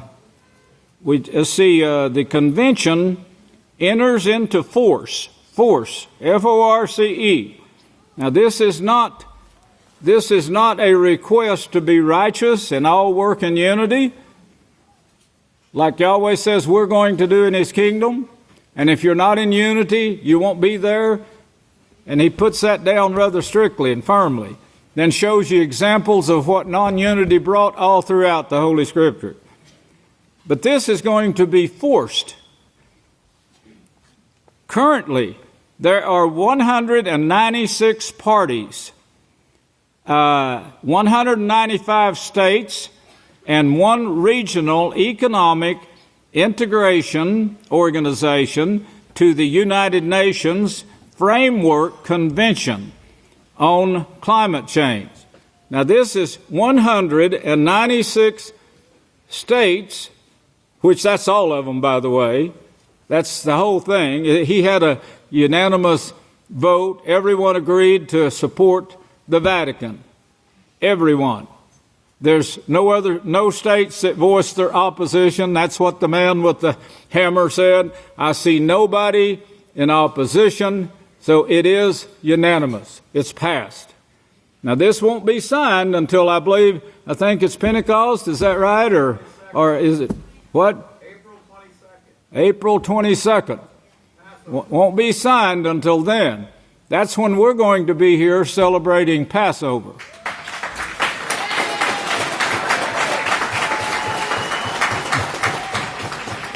Of course, we'll give you a vacation if you want to go and sign that. Take off for Passover and go sign it. But I don't think anybody here will want to. So it's unanimous, right? Now, I want you to remember these words now. Restriction, remember that. Restriction, stringent security, law enforcement. So this is going to go into force in about 6 months. It's going to be in force in 6 months. Let's go first to Revelations 17. Revelation 17, and look here at verse 1. Revelation 17, because I want to show you what the outcome. The outcome is not going to be peace, brethren. The outcome is going to get worse and worse, and there will be more revolutions. If you remember years and years ago, somebody wrote a book called How to Survive in Hard Times. Of course, he told them when the hell breaks loose in America, there's going to be gangs with guns and other explosives and knives and so forth that will be roaming the cities, taking what they want. And of course, he gives a way to prevent that. And that was move out into the desert, build you a house. A lot of them did. All their food rotted. Rats got into it. You name it. They had a hard time living in the city and driving out 150 miles or 200 miles to take care of that underground cellar they built. But anyway, that's the foolishness they got into. By the way, this word, this number 196, means foolish. It actually means foolish, if you want to look it up. Without understanding, foolish. That's in the Hebrew. In Greek, it means strictest. Strict, very strict enforcement of this thing. Enforcing rules. The strictest enforcing rules. Now that's what Yahweh shows you. He reveals their secrets. This is not to bring peace. It's not to protect anyone. It's to do exactly what Malachi Martin said the Vatican had planned to do. To make war against all who will not accept Queen Mary, the Queen of Heaven. She's going to make war, and she started that war shortly after that, if you remember. Now, the Vatican has been losing ground. People have been leaving the Vatican and leaving the Roman Catholic Church. She's dropped significantly in the last few years. And the fastest growing, I think, of the religions now is Muslim. We noticed that when in the prisons, they were all turning to the Muslim religion. And of course, we're teaching peace, not fighting in wars, but the Muslims are teaching to protect themselves and their women and so forth. They say they're being forced into war. They don't want war, but they're being forced into war. By who? By the Queen of Heaven, who is making war against them, who sanctions them, who takes their property away, who says you can't wear veils or we will arrest you. Yes, there's cities that's got this law now, Pat. See, if they want something done, all they have to do is pass a law. They don't have to keep the laws of righteousness. They just pass their own laws to do whatever they want to do to those people legally. And they call it legal. And the Supreme Court, they passed a law to make everybody sodomites, to teach sodomy in all the schools. And no one could resist it. Everyone had to participate. All the municipal courts have to participate. Daniel said he was amazed at the amount of laws this beastly system passed. That's in Daniel 7. Well, here in Revelations now, 17 verse 1, there came one of the 7 Malachim who had the 7 bowls and talked with me, that is the knowledge of these plagues, a messenger of Yahweh, who had the knowledge of these plagues that they were going to suffer in this generation that we're in right now from the acts called climate change, under the disguise of climate change, saying we're committing suicide if you don't get behind me and do what I tell you to do. And then they create their enforcements to make sure you don't change your mind. It's not to protect you, it's to make sure no one fights against them in what they plan on doing. The Vatican is getting worried because it's losing members by the thousands, by the millions, about 1 billion now. So, the Pope said openly, we need to resurrect the Roman Empire. That's exactly what they're doing right now. They're resurrecting the Roman Empire, who was all over the streets, watching in every community. They would find gatherings where people would leave, sneak away, and go and hide and try to raise their families.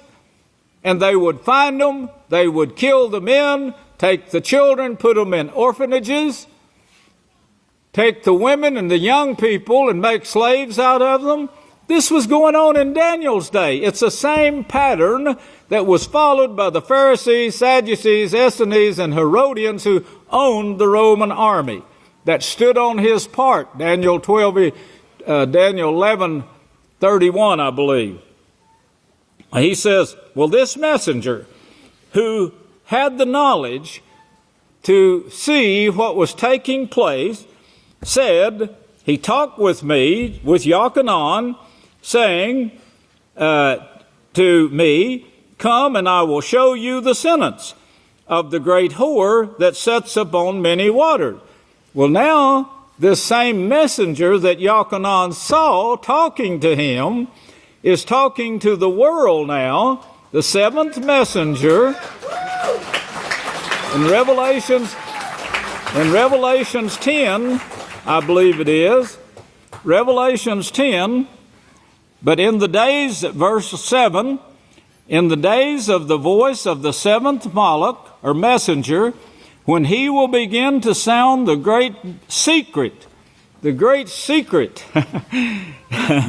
of Yahweh would be finished, as he declared by his servants the prophets.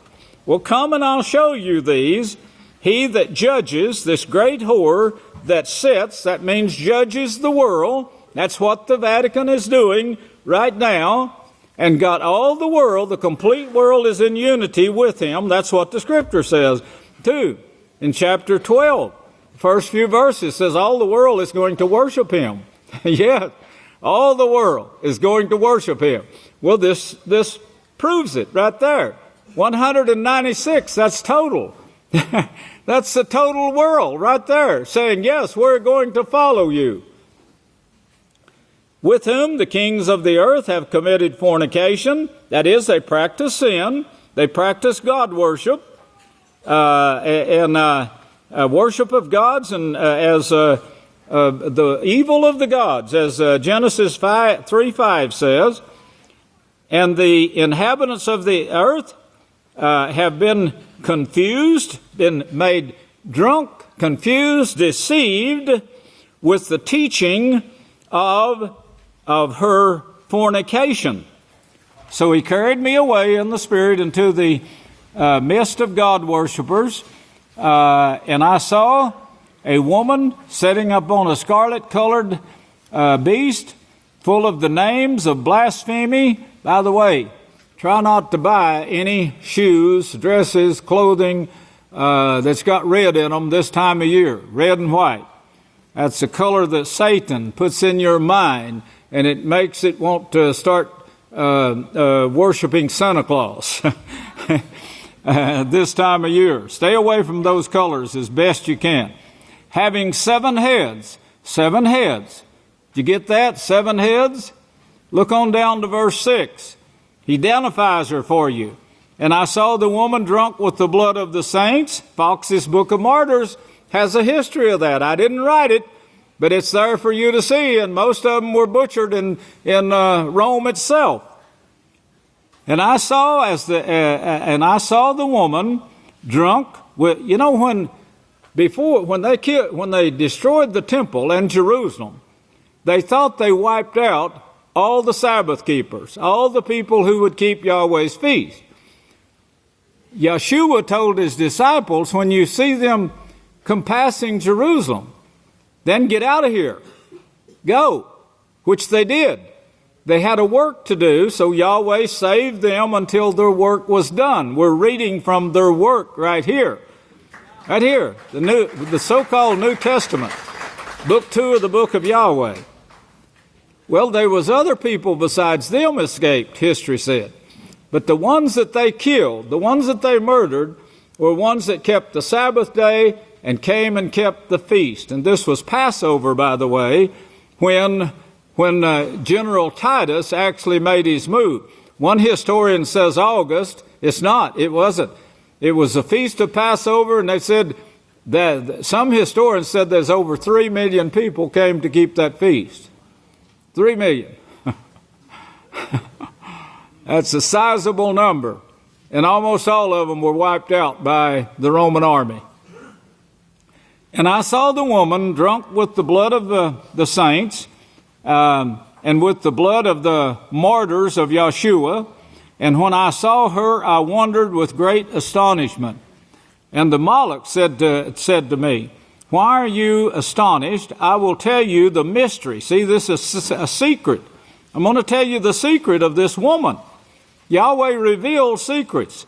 And of the beast that carries her, which has 7 heads. Well, that's twice we've seen that 7 heads now. One in verse 3, other than in verse 6. 7 heads. You see that? Well, he tells you again. Look on down to verse 9. Verse 9. Here is the mind which has wisdom. The 7 heads are 7 hills. That word means hills. You can look it up in Strong. On which the woman sits. How many cities sit on 7 hills? And go on to verse 18, because it shows you this city. Look, and the woman whom you saw is that great city which reigns over the kings of the earth. 196 states agreed to support the divining serpent. That's all of them. There are no more. They all agreed. The city that reigns. Where will all this lead? Look to verse 18. This is where it leads. Not to peace, not to protecting anyone but Catholics. This is going to backfire on the Catholic Church. Verse 1 through 6, chapter 18. And after these things I saw another Malach. That means one Malach. In fact, it's the 7th Malach, still speaking. After these things I saw the same Malach. You can find that in Strong's, by the way. One that 2 witnesses, but 1 witness. 1 witness, and that's what it means according to Strong's and others too. But after these things I saw another Malach come down from heaven, that is, the authority come down from heaven that guides and inspires, having great authority, and the earth was enlightened by his glory. Yes, the earth is being enlightened, brethren, from what we're doing right now. We're the only ones that's bringing light. You are the light of the world right now. That's what Yeshua said. And he cried mightily with a strong voice, saying, have you noticed how strong my voice is, by the way? Do you know how old I am? And my voice is still strong, they say. You're not. You're supposed to be, well. with a strong voice. Babylon the Great is fallen, and has become the habitation of demons. Yes, that's what the Scripture said. That's what the Pope says. He's fascinated with Satan now, he said. Habitation of demons, and the whole of every foul spirit, and a cage of unclean and hateful birds, for all nations. Here, 196 includes all nations, brethren. 196. All nations have drunk of the wine, that is, taken their teaching, of the wrath of her fornication. Wrath. It's hatred that she's bringing forth. And it's what she's creating for the Muslims. For all forms of holiness, not just the Muslims, all forms of holiness. And then if you're black, that makes it worse. If you're a black lover, that makes it even worse. I'm all of those things. I'm going to wear those crowns into the kingdom, by the way. Everyone. For all nations have drunk of the wine of the wrath of her fornication, and the kings of the earth have committed fornication, that is, joined in with her, all 196 with her, and the merchants of the earth, yes, the merchants of the earth, getting rich from this, grown rich through the abundance of her delicacies. And I heard another voice from heaven saying, "Come out of her, my people. Come out of her, my people." 144,000, as was just brought out by the great Benjamin Krause Hawkins, that 144. What caught my eye was that number, because I was, we were talking about it, and I was a little bit discouraged about the number. And then I saw that number, 144, and I said, I'm not discouraged now. 144, which, of course, Revelation 7, and then Revelation 14, where you see Yeshua standing with 144,000. 12 12s is 144, of course. And then the 630 behind it, following it, which means loosed or set free. The ones who escape of the nations, get out of her now. Come out of her, my people. My people, Yahweh's people. If you want righteousness, you won't find it in the churches or the religions out there warring. The only place you're going to find it is in the house of Yahweh. We're the only place that teaches it. And I heard another voice from heaven saying, "Come out of her, my people, so that you do not partake of her sins." Yes, their lives are filled with sin. All of the religions in the world are practicing sin. They belong to Satan, the devil. 1 John 3, verse 4, 7, and 8. "And so that you do not receive of her plagues." These 7 bowls are plagues. The 7 bowls that we are, the house of Yahweh has informed you of, these plagues that are taking place, and taking place right now. One of them is taking peace from the earth. The last one is the nuclear war, as you could see the man talking there a while ago, and saying it could take place by accident.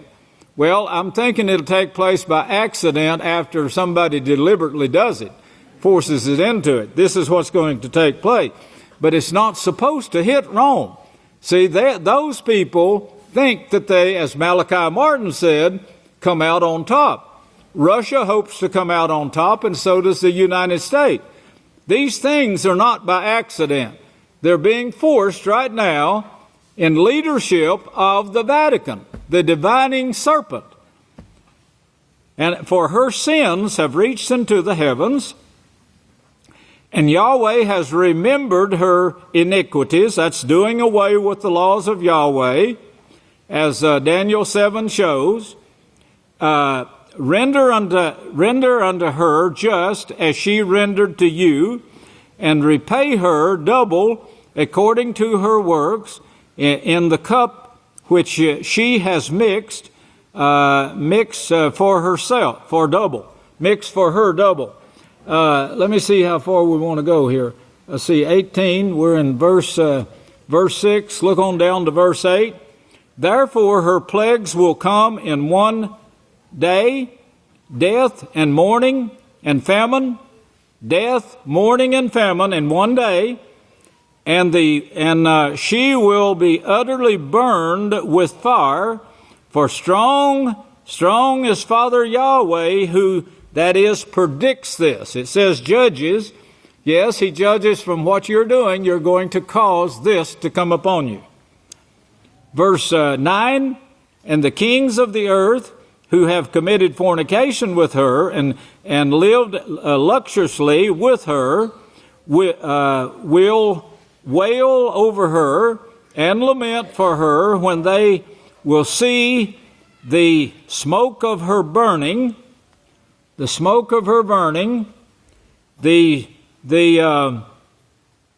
10, standing afar off for the fear of her torment, saying, Alas, alas, that great city, Babylon, that mighty city, from 1 hour. 1 hour. Do you remember what that man said in the news a few minutes ago? 1 hour. We'll read it again in just a moment.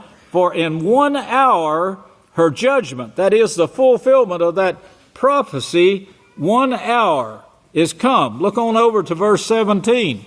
Verse 17. For in 1 hour, such great riches.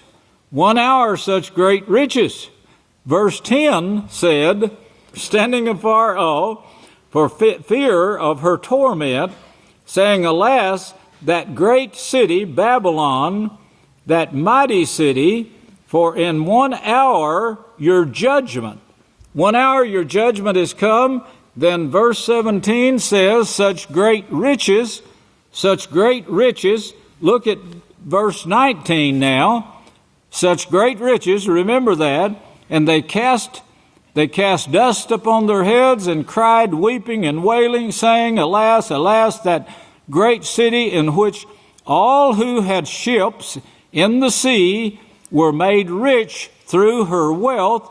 For in 1 hour, notice what's coming. You see that? That last word in the sentence. Read it for yourself. Read it. You see it? 1 hour. That means destruction. 1 hour, her destruction is come. 1 hour destroyed. 1 hour. You heard this a while ago on the news. This atomic Armageddon is just 30 minutes away, he said. Dr. Theodore Postel, former advisor to the U.S. Chief of Naval Operations, a professor at Met nuclear technology expert.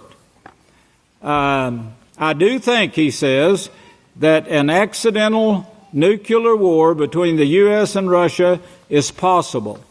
The problem is that as long as forces are on alert at a high level, there's always the possibility of a series of unexpected accidents that could lead to nuclear exchange. I think that's the real danger, he said. Remember, this man is an expert in his field. And he said, the ballistic missile could be fired basically within 50 or 60 seconds. 50 or 60 seconds. The warning could take minutes to occur. That is, the Russian government of the American government could believe that an attack is on its way. They could access the situation and then collect information and then make a decision whether or not to launch. That could take 10 to 15 minutes. Just 10 to 15 minutes. 10 to 15 minutes. In the case of actual launching a rocket, that would take 40 to 60 seconds. 40 to 60 seconds to launch the rocket. The rocket will then ignite. It will fly out of its silo or its launch hull in the submarine. It would typically undergo powered flight for about between 150 to 300 seconds. 150 to 300 seconds. Depending on whether or not the rocket is what's called a solid propellant or a liquid propellant. So in one case, 5 minutes, in the other, 2.5 minutes. 5 minutes, or the other, 2.5 minutes. Otherwise, the most is 5 minutes. And then it would release warheads. The warheads would float in the near vacuum of space under the influence of gravity and momentum, and in about 20 to 28 minutes, if fired from Russia, in 20 to 28 minutes would arrive at their targets, re-enter the atmosphere, and explode. Now, what did your scripture say? 1 hour. 1 hour. Remember that. It told you the secret. 1 hour of this nuclear bomb. Now, listen to the rest of this. So the world could be basically finished off in anywhere from 1/2 hour to 1 hour, he says. How in the world could Yahweh know such a thing?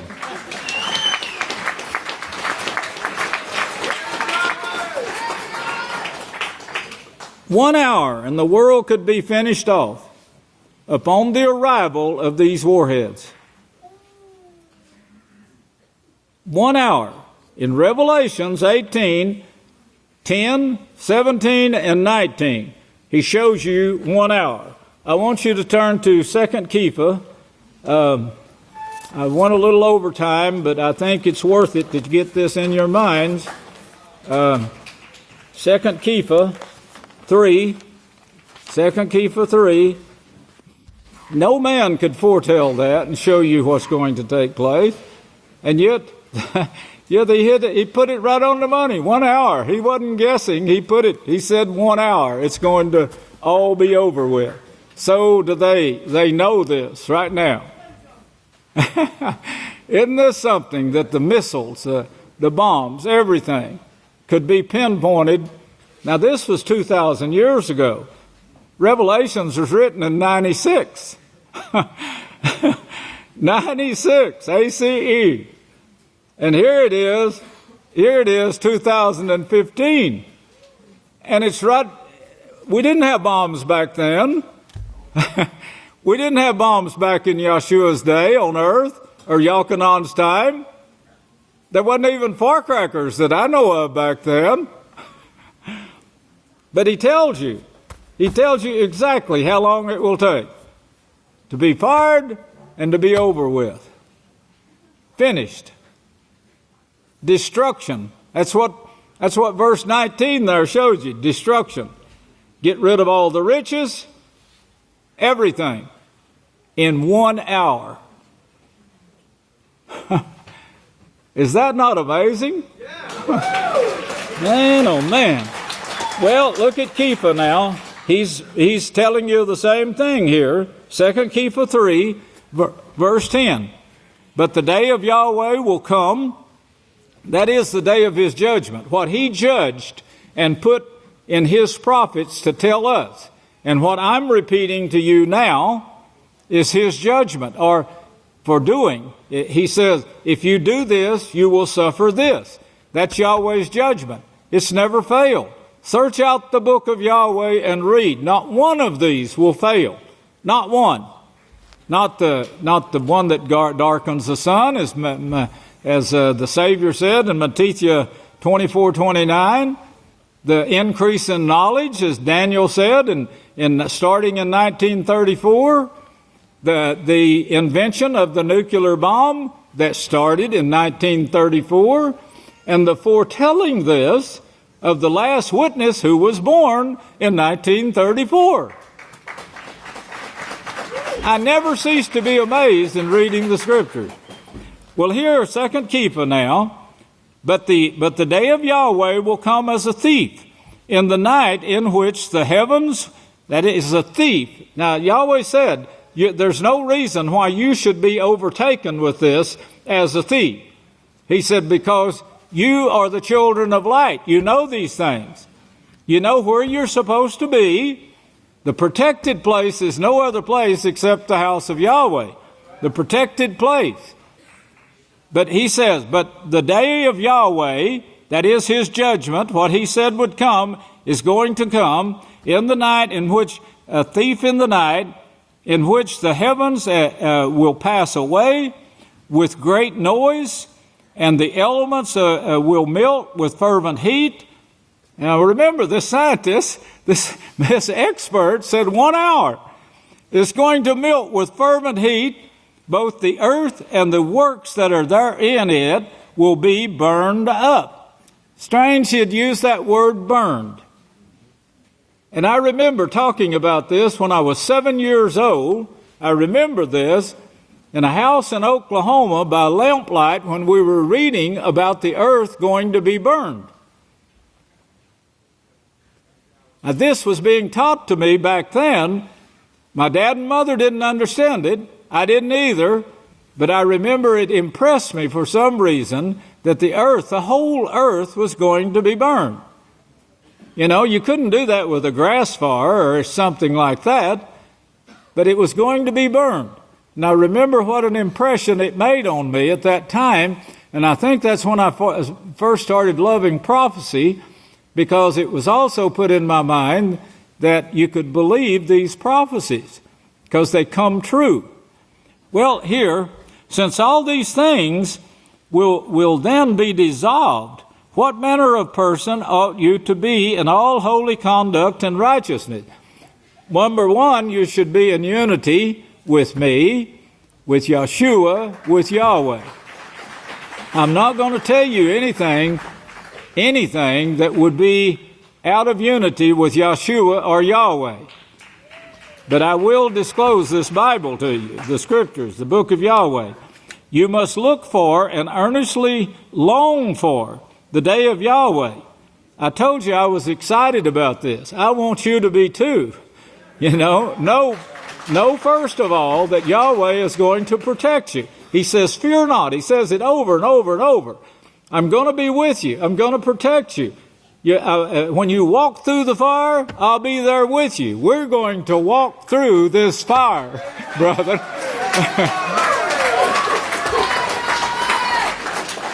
We're not going to give our children to Molech to fight in war, but we're going to walk through this fire safely. Because of which the heavens and the earth will be dissolved with fire, and the elements will melt with fervent heat. Nevertheless, we, according to his promise, and that's what we base our whole lives on in the house of Yahweh, we look for a new heaven and a new earth in which righteousness dwells. Therefore, beloved, since you are looking forward to these things, be diligent and be found spotless, blameless. Don't let anyone say you're rebelling at all. Do what your counselors tell you to do. Follow the laws they tell you to follow. Blameless and at peace with him, and recognize that the long suffering of Yahweh, our Savior, is salvation, just as our beloved brother Shaul, in accordance with the wisdom given to him, has written to you. As also in all letters, speaking in those things, look on down to verse 17. You, therefore, beloved, since you know these things beforehand, which I'm telling you beforehand what this is going to turn out, they're going to think they have peace once they fasten everybody down with this new resurrected Roman Empire. They're going to think they have peace, and Yahweh says in 2 Thessalonians, then's going to come the sudden destruction, sudden burning on all the earth in 1 hour. But grow in truth and in the knowledge. I would say, when you got a free moment, Don't think about getting on wheels and go running around. Get the book of Yisrael, the book of Yahweh, get the newsletters, whatever you can get. Read the lunch bags, whatever. But fill your mind with knowledge and wisdom and pray that Yahweh makes you love it. He can. You'll fall in love with it if you'll just practice what I tell you. But grow in truth. That's what He's telling you to do.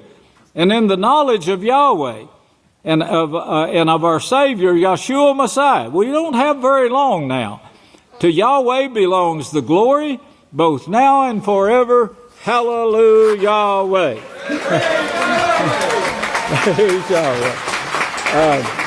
This right here, if I can show you this, we'll start on this next week. This woman's name is Hawkins, by the way. Last name is Hawkins, but see what she's wearing, the jihad. And it says professor. She's a professor.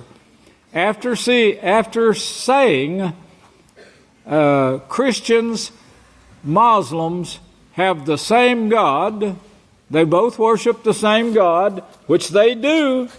They do. That's absolute truth. Even the Pope said that.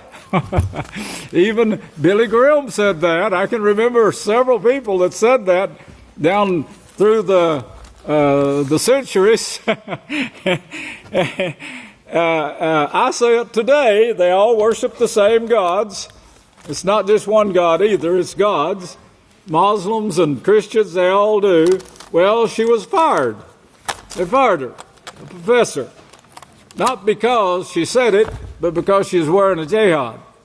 The scope, the veil. The veil. That's what they hate for some reason. They got laws they're passing against it, arresting the people who wear them.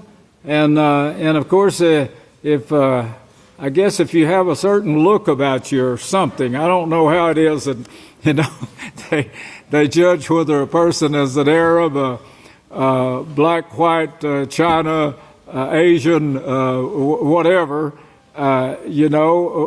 whether they're Muslim or not, but somehow or another, I think they got a record on every one of them.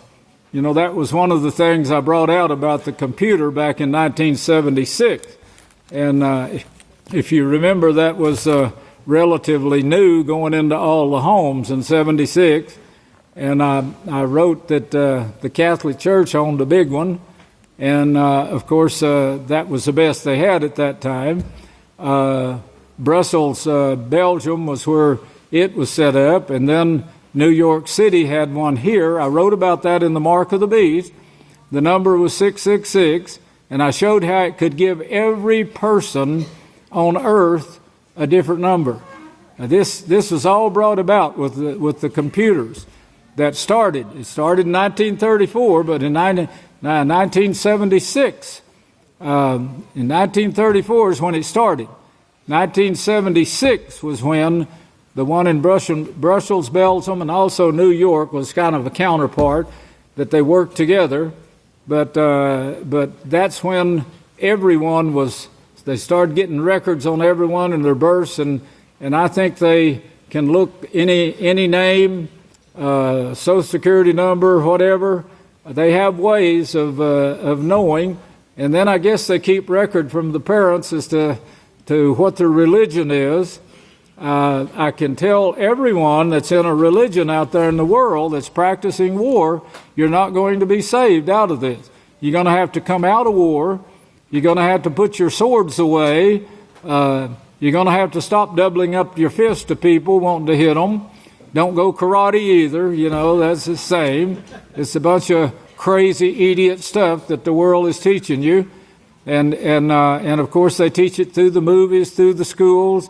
They have the recruiting officers there waiting on the children when they finish high school, and even if they don't finish high school, they want them anyway. And it makes no difference how dumb they are. They want them to serve in their armies, and they're getting those together to protect. That's, quote, protect you. It's not a protection. It's a depopulation is what's going to take place. But it's going to get out of hand. That's what Yahweh showed. May Yahweh bless you, and I'll turn the services next to Over to the next leader. I love you!